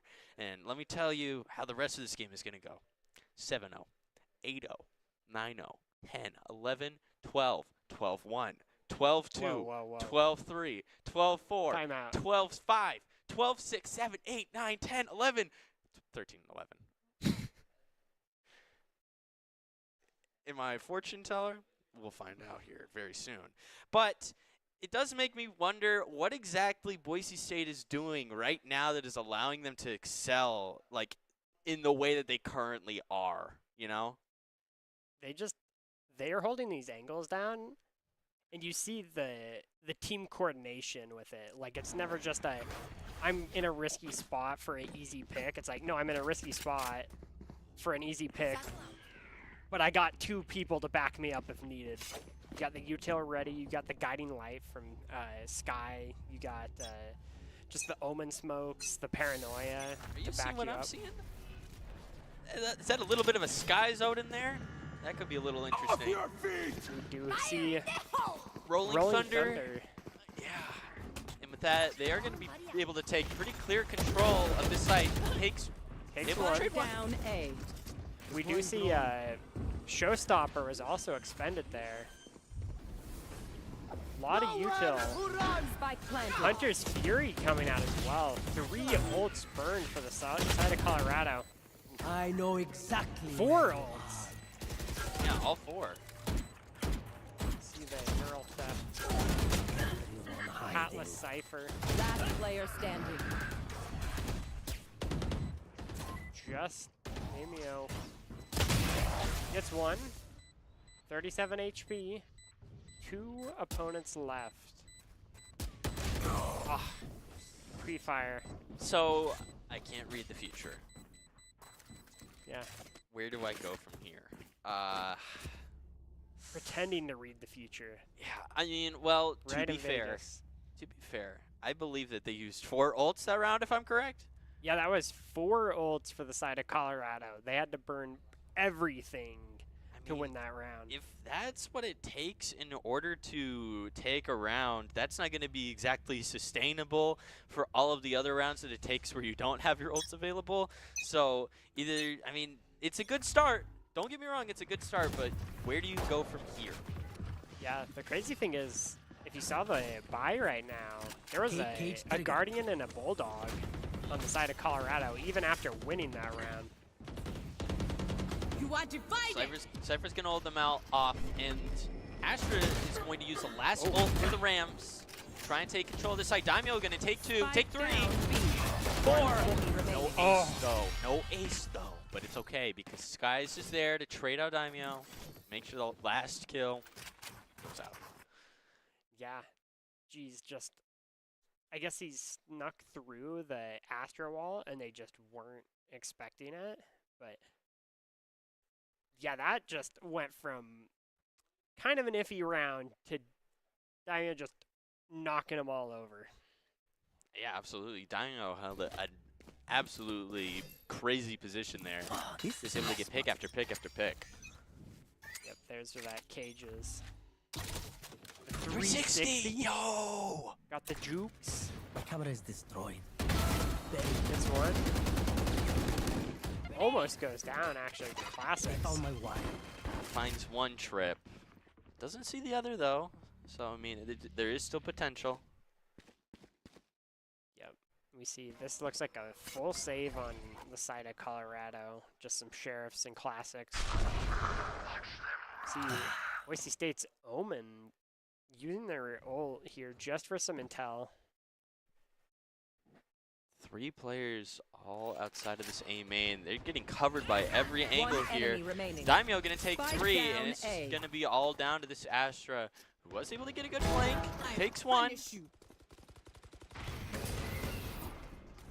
Unfortunately, not able to grab that Vandal on the ground. Gets some pretty good damage in, but not gonna bring down Skies here. 1 HP. Ugh, I would be very upset. That's all you need. This goes here. What? That's all you need. This should do. Yeah, that's all you need, goes baby. That's all I need to keep me going. Yeah. See, Damio here, 12 and 6. Skelesis right behind, 11 and 4. Yeah, we've been seeing Daimyo a lot of times getting these off angles and just profiting off of them to an insane degree. I feel like if Daimyo, you ever see them get kills, it's usually a lot of them in a short amount of time. And able to take the first, but Ray Rihanna is able to trade, gets traded. So it is going to be 3 to 4. Yeah, they know where they're at. Skelesis, this cheeky off angle. planted. The spike going down. Gonna try to get a hold on everything that they can. Daimyo Intel. sees Lettuce. Had For to turtle. jump up. He's just not going to be able to get the shot. Last player standing. Just barely.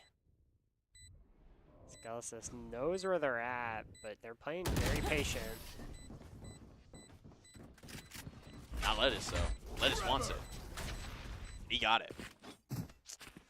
8 to 2 now. I mean, for both teams, it absolutely could be worse. And I'm not aware of whether or not defense is easier or more difficult on this map. I wouldn't be surprised if defense is a little easier. So, I mean, get your rounds that you can.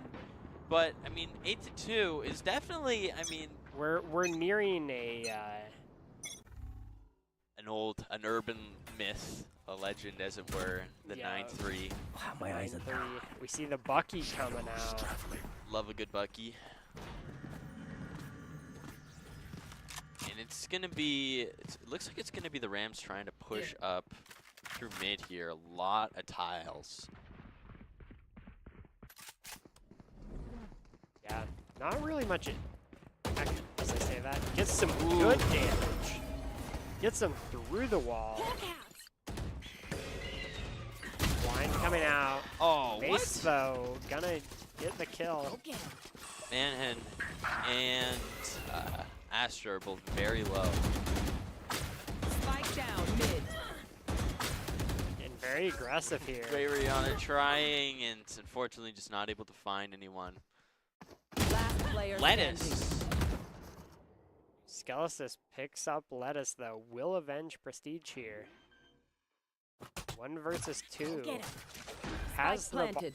2 blast packs, which we've seen Ray's blast pack jumps can really get people off guard. Okay, I don't know what that was. Just showing off the weapon, you know. I guess to try to bait your position.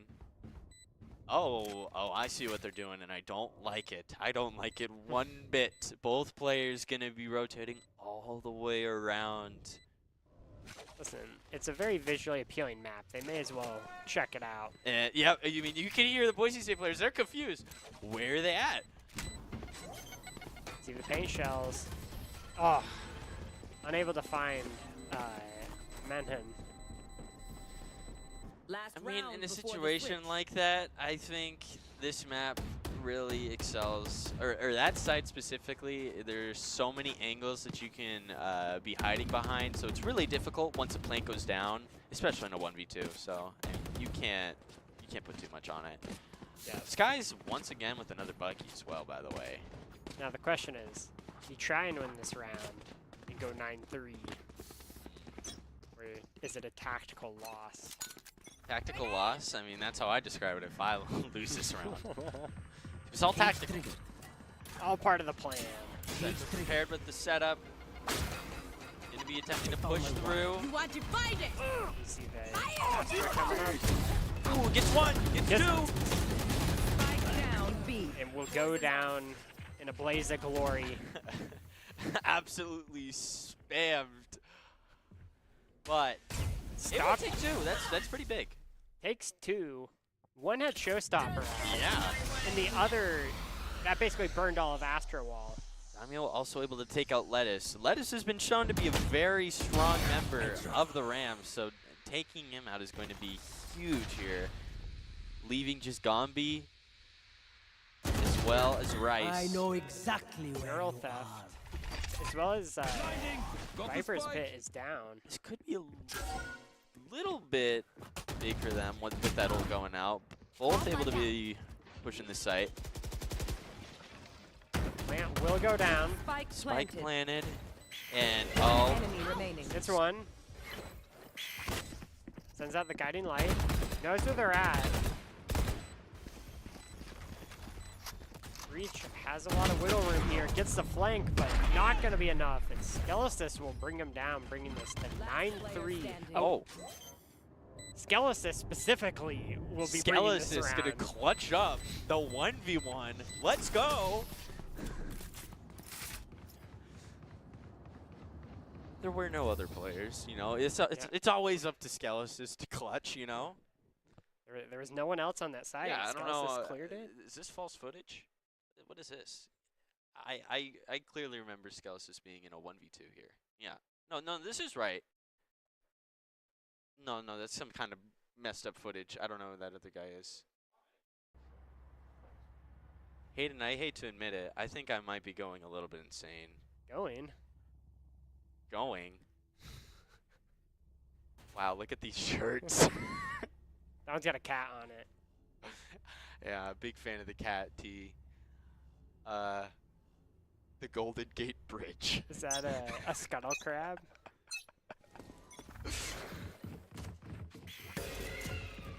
It's the guiding light, making some room. Shock dart's coming out though, not gonna find anyone. Second shock dart, not gonna find anyone. Cover going out. At this point, Oh. whoa! Gonna be pushed Very up really aggressive. quick up mid. Cover going out. Now, you gotta appreciate the unexpected play. Manhen able to get all the way through their spawn. They didn't even see him there.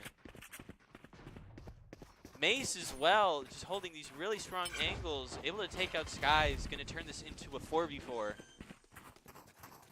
They may be expecting Manhen from behind with the Trailblazer.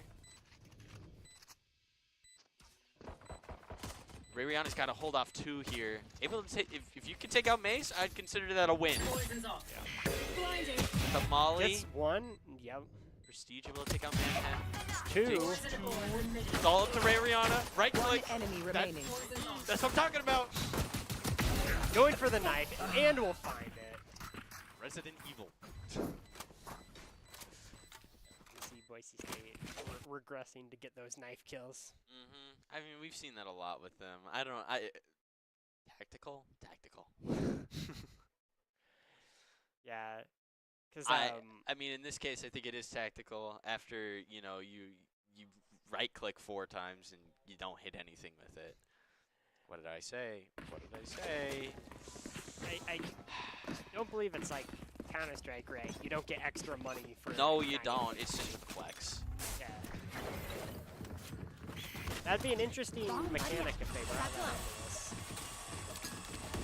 Boise State would be swimming in money. Oh, gonna get Tripwire, tripped. but gonna find him anyway.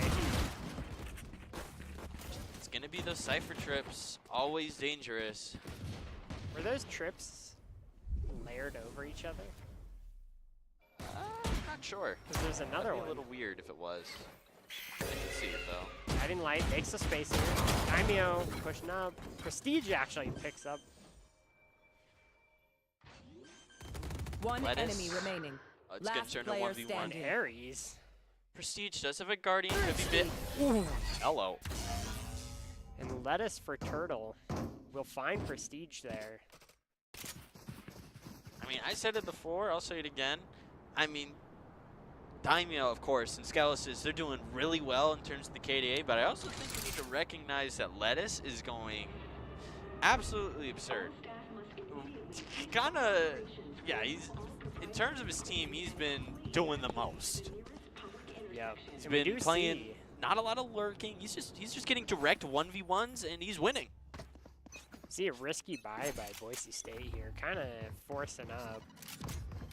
Except for Prestige, running the classic. Don't right-click it, though.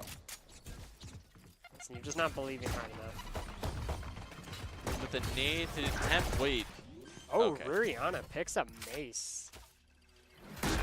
Massive, gets spotted, but we'll be able to teleport away. Skies. Bucky Gaming. Come on, Skies, you got this. It's a little bit more. Ah, that's a Bucky One moment. enemy remaining. You know what, just have a teammate there to get the rest of the damage for you. You're Yep. chilling. It's like, I got him low, all you now.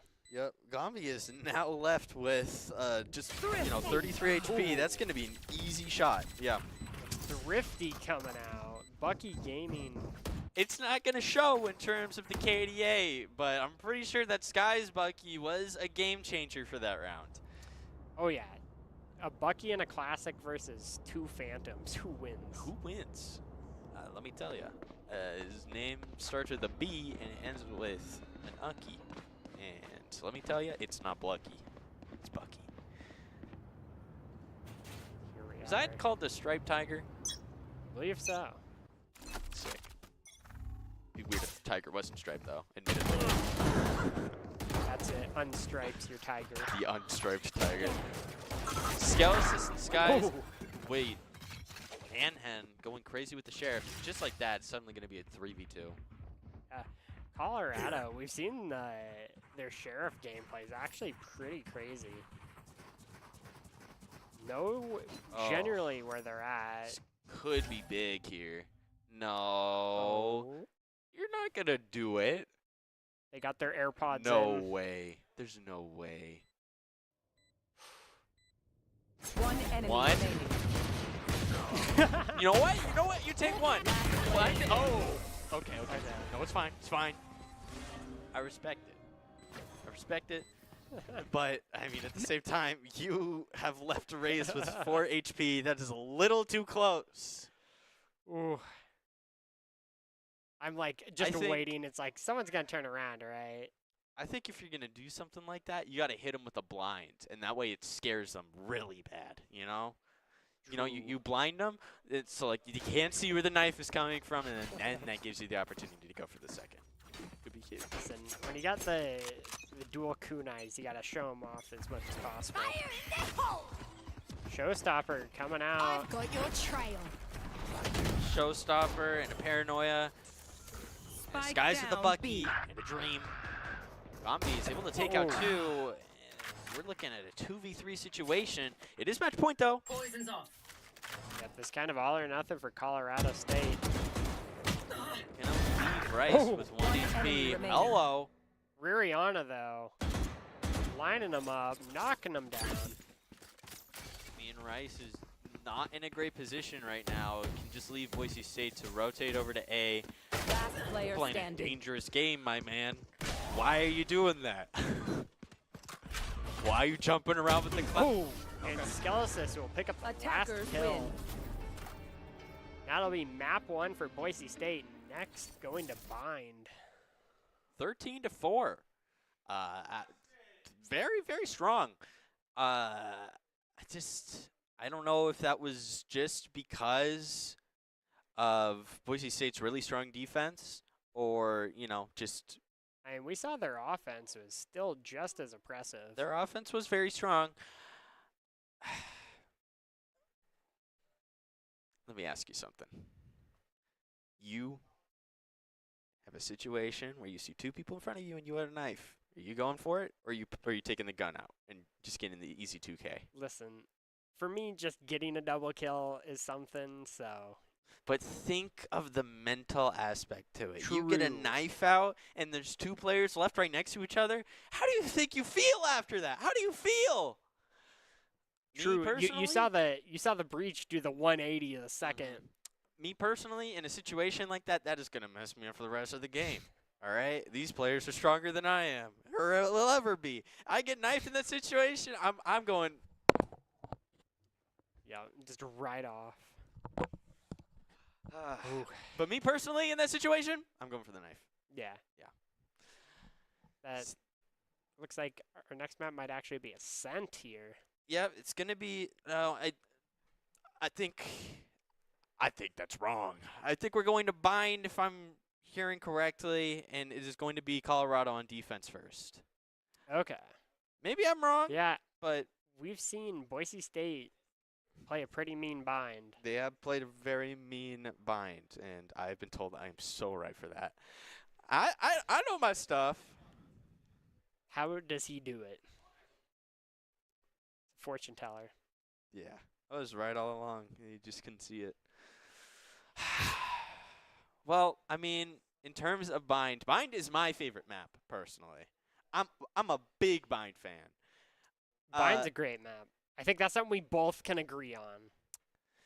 I mean, just looking at replays of this game, I'm just trying to figure out what it was exactly that allowed Boise State to do so well, and I do think a lot of it comes down to the use of utility and a lot of like team coordination. I think one of the strongest pieces of utility that we've seen time over and over and over, and let me stress one more time, over again, would be Snakebite. The amount of utility that you get out of that is absurd.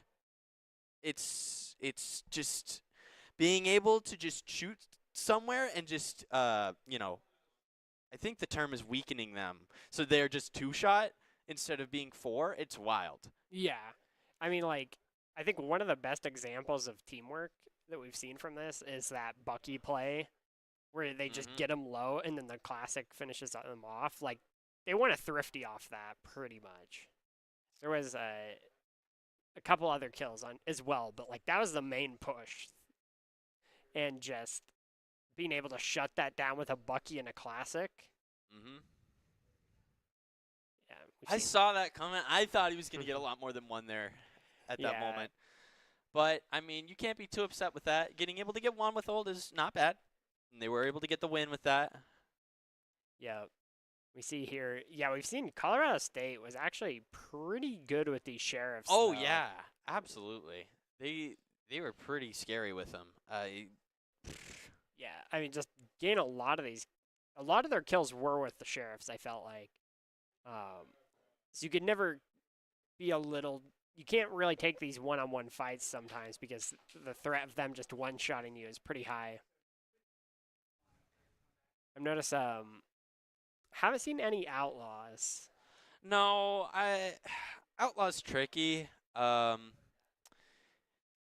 kind of works more as like a flex op. Like you don't have enough for an op, but you don't want a Vandal, you know? So it's niche, I guess, and it works really well as like a second round buy or a buy where you know that they are going to be saving. But outside of that, it's hard to use properly. I mean, given it does 140 to the body, unless you know for a fact that you are the GOAT and you can just either one-tap them to the head or just straight back-to-back shoot them before they can react, it's difficult to use properly. Okay. Not as difficult as Marshall per se, because Marshall only does 101, I believe. So it's similar territory, but a little bit more. You have to, variance. You can't with a Marshall, you can't just switch to like even like a shorty and then try and shoot them long range. But with an Outlaw, you can do some dumb stuff. You are free to like pop out the frenzy from like 50 meters away and just pray. I think you can get it. And Outlaw and Marshall both work really well for Chamber. There's that knife kill again.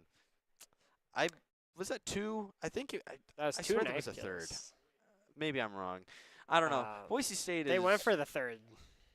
For sure. They went for the third. That's true. You can see, was it this? Not this one, but there was one of them where they go for the knife kill. I think 2 people go down, so the last person just picks them. It's like, okay, Yeah. okay, calm down, guys. Yeah, and for bind, what kind of agents are you looking for here? Come a little closer. Come a little closer.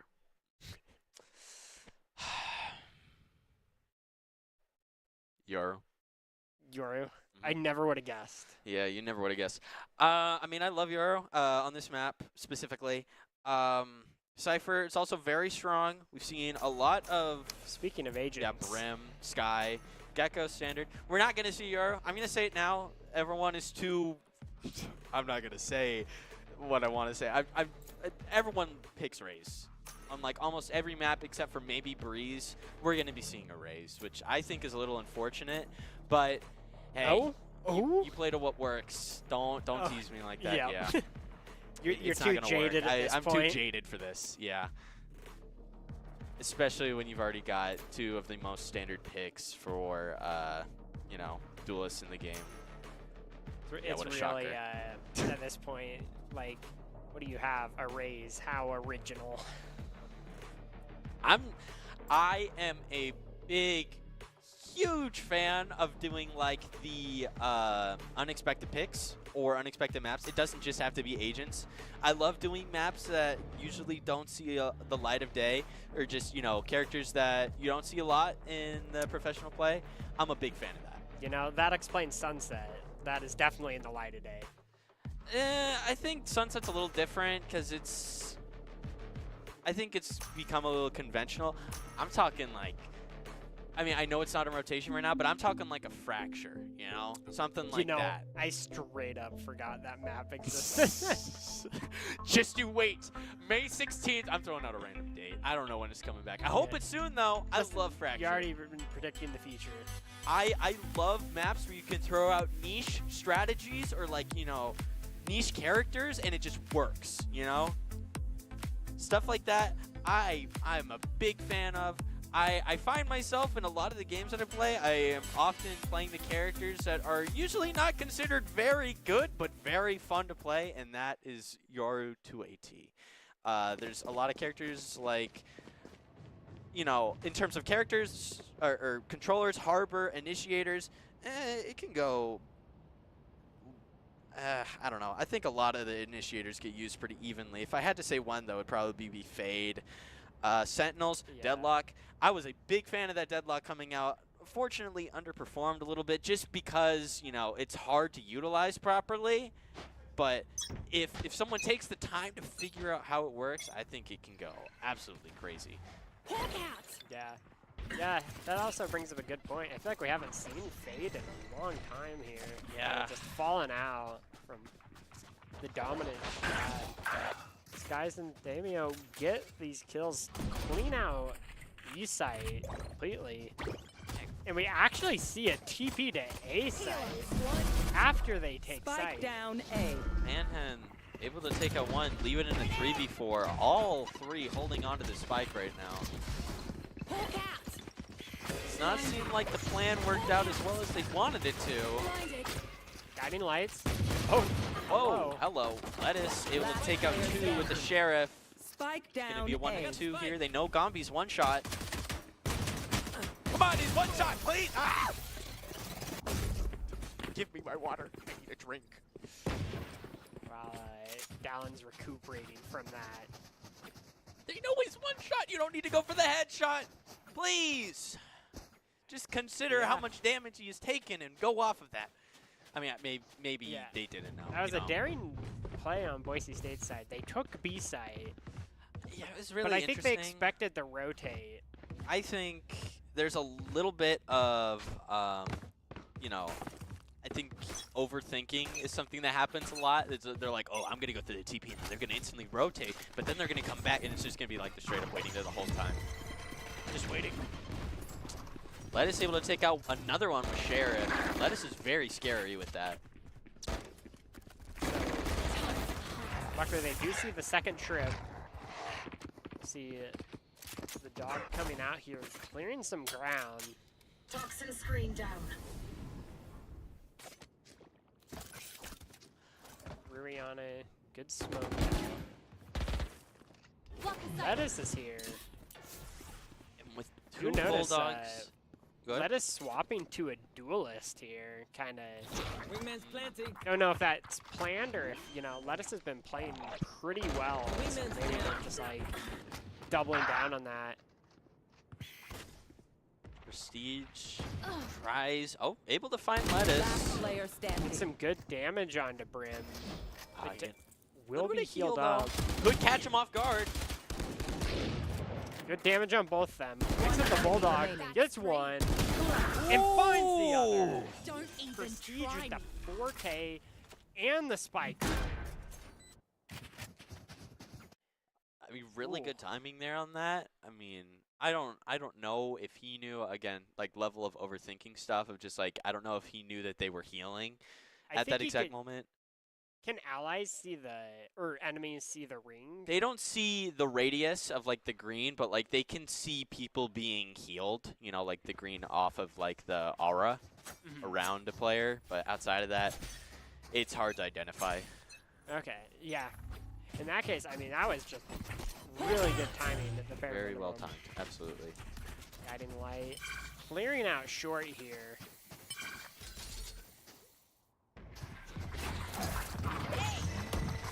Getting the nade out, getting the dog. Spots able him in to the find. smoke. Yeah, there we go. Not much you can do there. Wingman can. Wingman, getting the bomb down. Let's go.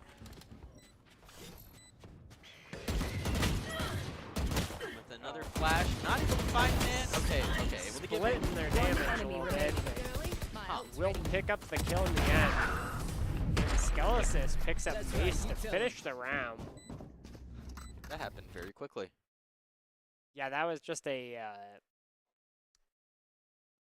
not necessarily drawn out fight, but it was a lot of very short fights spread out over a small period of time. Yeah, I was very concerned in that moment.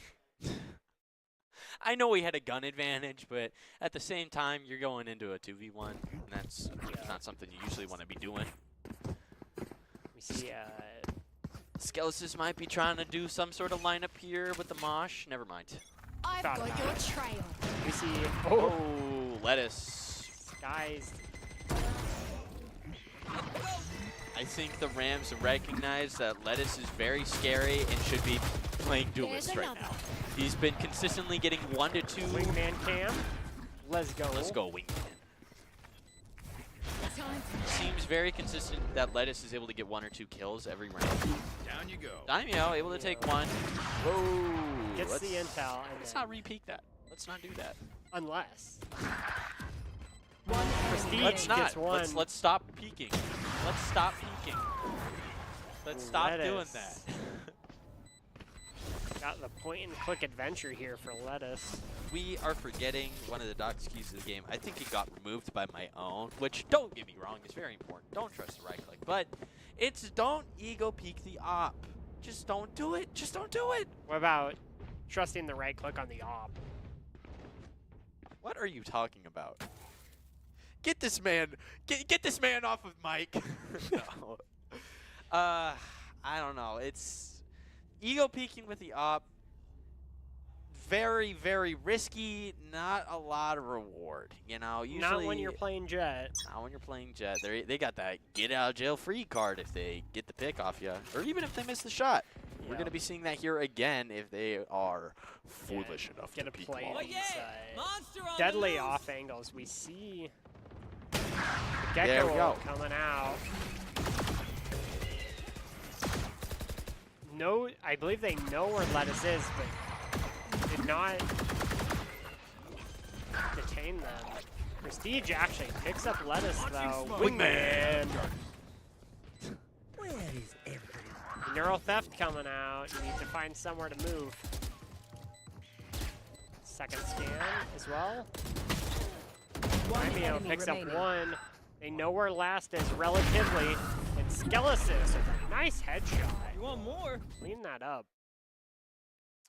Well, I mean, I think that round especially shows that Boise State needs to recognize the danger that is Lettuce. Able to get a very, very quick 2K there with the op. Fortunately, all three members were able to band together and take out, you know, the op. But I believe Prestige getting that kill on Lettuce early. Come on, little homies. Let's get it. Got the menacing stare here. on the slow spin. Not going to give Gecko the bomb. It seems like we're going to get led Raise plant. No wingman this time around. See, they expect the wingman to be planting this. Lettuce with the knives, doesn't matter what they have. Lettuce has the knives, able to take one. It's going to be a 5v2. Well, well. And suddenly it's even once again. The showstopper will pick up Skelesis here. Damio with 4. Gets the ace. Gets the ace. Get off my lawn. Now what the? Wow. Okay. Let's analyze this real quick. I'm going to give you a very, very simple term here. 1-by-1 peeking. It seems like every single member of Colorado State decided that they wanted to peek Daimyo 1-by-1 instead of doing it as a team. And wow, to go from a 5v2 to winning that match, they deserve some rest and relaxation as we enter this timeout. Really catching some, I'm going to catch some Z's myself. You got this, right? Yeah, and he's out of there dreaming of Yoru probably being picked in a match. Decoy. I'm just kidding. Well, I mean, this round specifically, I think identifies the main difference between Colorado and Boise State, and that is just, you know, I think there's a lot of timing that goes into it. I think there's a lot of utility, but I think that there is just this mechanical difference as well. And also, not to mention, there have been a couple just general gun differences as well. I think on that last round specifically, there was jet knives, but there was also a sheriff, I believe. I think it was, they did pick up one rifle, but. Watch and learn. Yeah. You got to recognize what buy is currently taking place from the other team and kind of work off of that, and Daimyo did that to a T. Lettuce. Oh, sinking into the building. Trailblazer gonna try and find anyone. Peeling Whoa. over here. Sabotage. Spike down A. Trying to. Sabotage. Hawk out. Don't you dare. I have the spike. 3v3 here. Oh, in Oh, the wall no. going down. There it is 2 again. seconds earlier. I wish we had some sort of theme to go off of, like some musical composition every single time we see Lettuce on op, because it's very scary and I get very spooked. Gonna be looking for Tripwire, I hope. Thank you. find both trap wires, get the plant down. That's not wingman, but I'll take it. That's a bomb down, and it's a little bit of a tricky situation. Need to get that kill Oh. early. One enemy remaining. Moonbeam. One enemy remaining. Rihanna, though, pick some. Uh-oh, it's the operator. Dun, Now, dun. do you burn the Viper's Pit here? Oh yeah, absolutely. Anything to keep the op off. Ah! Ah! Oh, no. Ah! Ah! That's what we call Valorant timing. Yeah, I've had those moments myself. You hate to It's- see it. It's okay. We'll get through it. Oh. Don't give up. We can still win this. As Lucio will always say. I just I don't know what else to add. I mean, obviously you saw that Jet wasn't there, but I think the problem was given your positioning, you got to commit to where you think they're going to go. And I understand the idea of turning around, but when you do that, you are leaving yourself wide open. So I think you got to get off the top of that tube. if That's you're why gonna be you peeking use a that. trackpad at like 4,000 DPI. Absolutely.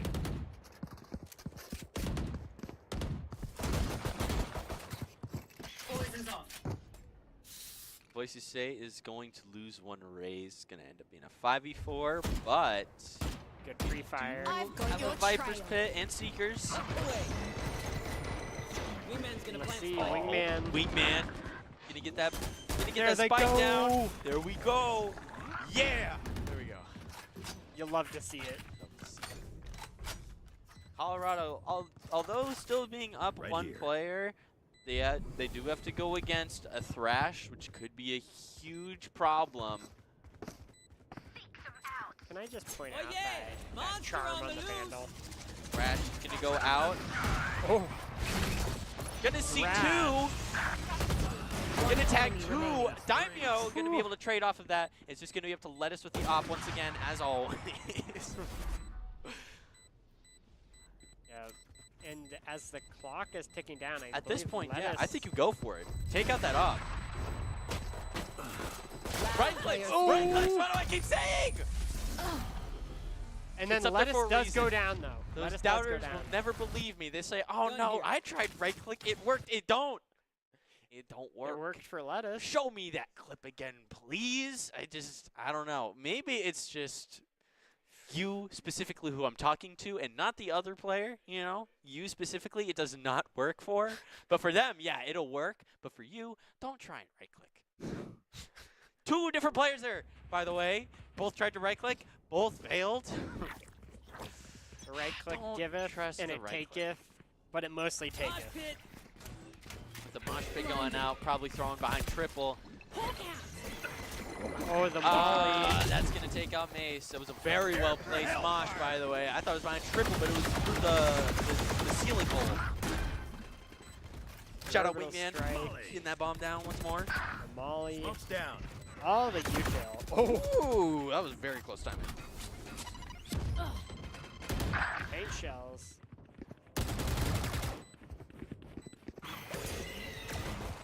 One enemy Couple remaining. blinds and another paint shot. What? Sabotage once more.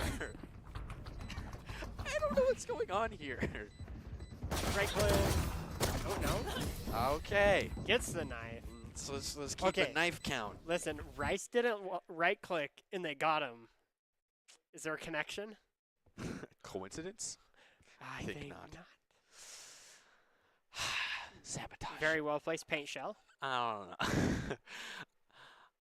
I mean, at a point like this, they were very confident in the fact that they were going to win the round. I can't blame them, but going for a knife, I respect it as well. I love this map. It's very pretty. Oh yeah. See here, 3 on ace. 3 holding down the shower. This could go very, unfortunately, Ooh, very the quick. Judge not gonna get any value. Prestige takes out all 3. Holding And the down the wingman. There Shout they out- go. Shout out Wingman. The day one. If no one's got me, I know wingman's got me. Prestige just trying to bait out this 4th, going for that ace. Oh, surely Got the not. molly. Daimyo One enemy sacrificing remaining. himself so that that way Prestige could get this ace. It is lettuce with knives though. Could be dangerous, but I mean, I think he could do it. Although Prestige is only 1 shot, baiting oneself No charges again left. to figure. Maybe it was a little too close for comfort. I don't know. I thought they were getting silly so that way they could try and get the ace out, but Rayrayana said, nah, I need a kill here, even though I'm already, you know, well, I think it was last round, I think he was doing well. God, I'm seeing bringing an out the op. Yeah. Yeah, this is a very cobbled together buy for Colorado here. Boise State going to be in a great position for the round after this too. The op think on it would. offense could be very interesting. I want to see how they use it. Lettuce is not able to op, haha. left with an unupgraded Sentinels, or not Sentinels, sorry, what's it called? Prelude to Chaos. Unupgraded, what a shame. Launching smoke. And there goes Wingman on a journey. Gets through the Get trap him, wire Wingman. and gets spiked down. What a hero. Daimyo going to be pushing all the way Walking to through Mosh. the mall. Takes one. Trying to find another, able to take two. Messes up the smoke and is just gonna. What? Gets the kill. Going, man. Do I want to see this again? Do I really want to see this again? I'm baffled, frankly. Listen, you would never expect it. That's why it worked. I mean, this Smosh spray admittedly was very smart. It did work out very well. Because what kind of insane person would peek through a molly? Daimyo would. Oh, Yeah, I don't know how to feel about that, but it worked, you know. got the lineups here. See where this lands. Yep, here we go. Showstopper. Picking up Skies here. Rihanna, though, got gonna your trade trail. right back. They don't know. Ooh, They know. They know. Rice gonna keep fighting to hold Okay. control here. Of the Wingman, ball. though. Found one. Spike planted. Seekers and a Wingman going down. Everyone's just going to be trying to reset. A very little bit of an awkward interaction there between Ray Rihanna and Gombi. Going to lead to a 2v2. Brash unable to find anything. Lettuce on that operator once again. Don't want to try and peek that. Two operators. Although I will say they are at a bit of a disadvantage Rihanna here. with the Ray 4K Rihanna, though. this is your big moment. There we go. The ace. a villain? I gave you a villain. Clip it!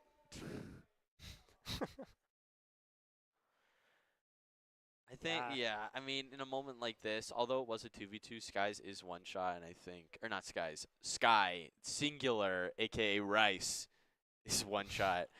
And they were just able to capitalize off of that. Not Skies, Rice. It's Rice. Who is Sky? The plural of Sky is Skies, aka, I believe it's, who's Skies playing? Is it Brim? Who's Skies playing? That's a good question, actually. Yeah, we'll figure it out soon enough. Mariana going to be holding a very close angle here. Lettuce going to go all the way through Manhen. Gombi going to trade out Skies. Gombi going on a little bit of a rampage here with just a ghost. It is round half, so Spike first round bye, sidearms for everyone. Dizzy's up top. Somebody's there. Flash towards Manhen. Man Wingman going to going go out. Down Takes One. one, enemy takes remaining. two. Sheesh proceeds. Okay, all right, buddy, I see you, Oh. but it's not quite enough. Daimyo, I assure you, you are going to die if you go for that. You are only 45. And just like that, we are now up 3-10. Gets the kill. Bonk the truck. Cinematic. Well, I mean, at a point like this, I believe both timeouts have already been used. And you got to wonder what exactly the play is going to be here for the Rams. They're not going to be buying up. Which, I mean, at a point like this, 3-10, honestly, me, myself, and I buy up here. I go full shield stinger, and I go crazy. Yeah, you do have the one extra round. That's, yeah. Bucky, ooh, Shorty ain't nothing on me, man. Gets the shot. Sheriff but something on me, man. Spike planted. Shout out Wingman getting that bomb down. Or, no, listen, Big Man. That was a different person. Wingman is going all the way to U-Haul. Trying to fight it all by himself. What a brave soul. One down. Mariana able to take out 1, 2 through the smoke. Jeez. One enemy remaining. Wow! Okay, man. All right.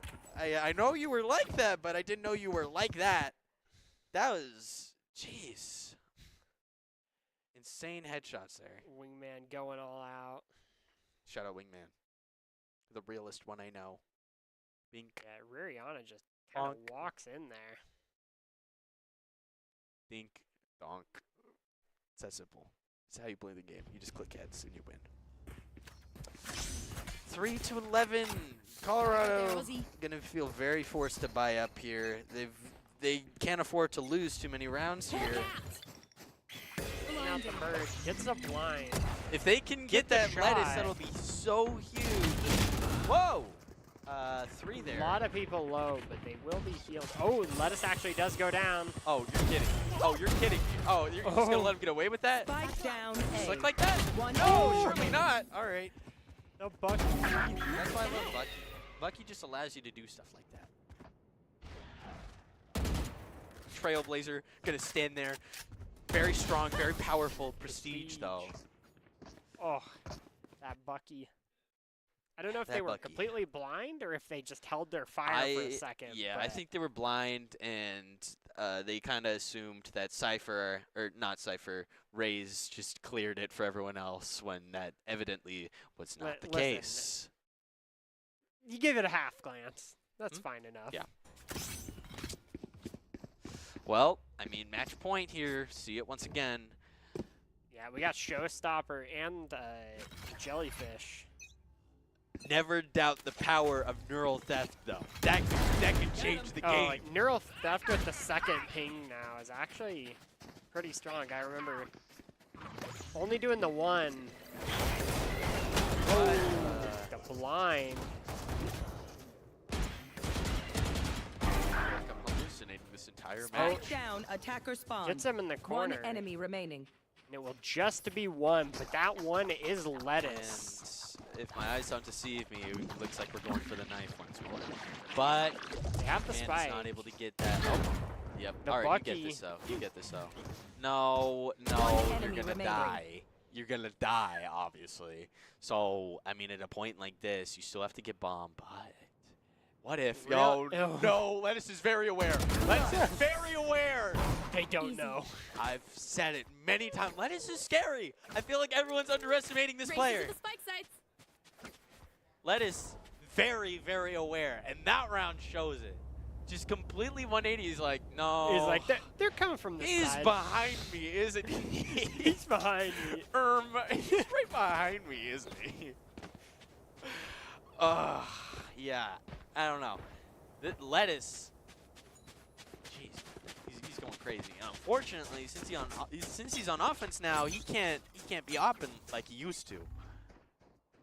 Poison orb emitting. Not quite.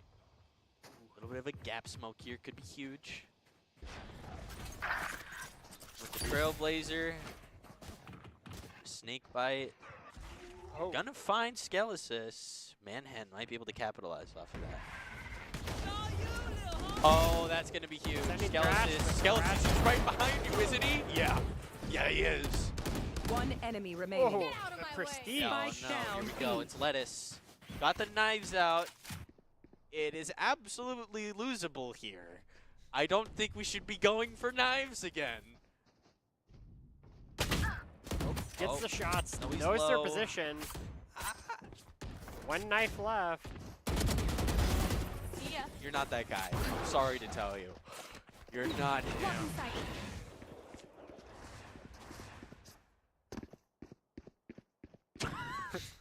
They thought. You gotcha. Oh, There we go. Prestige with the 4K. Defenders to clean win. things up. Boise State beats the Colorado Rams in the semifinals, going to the finals on Saturday. I Finals. believe.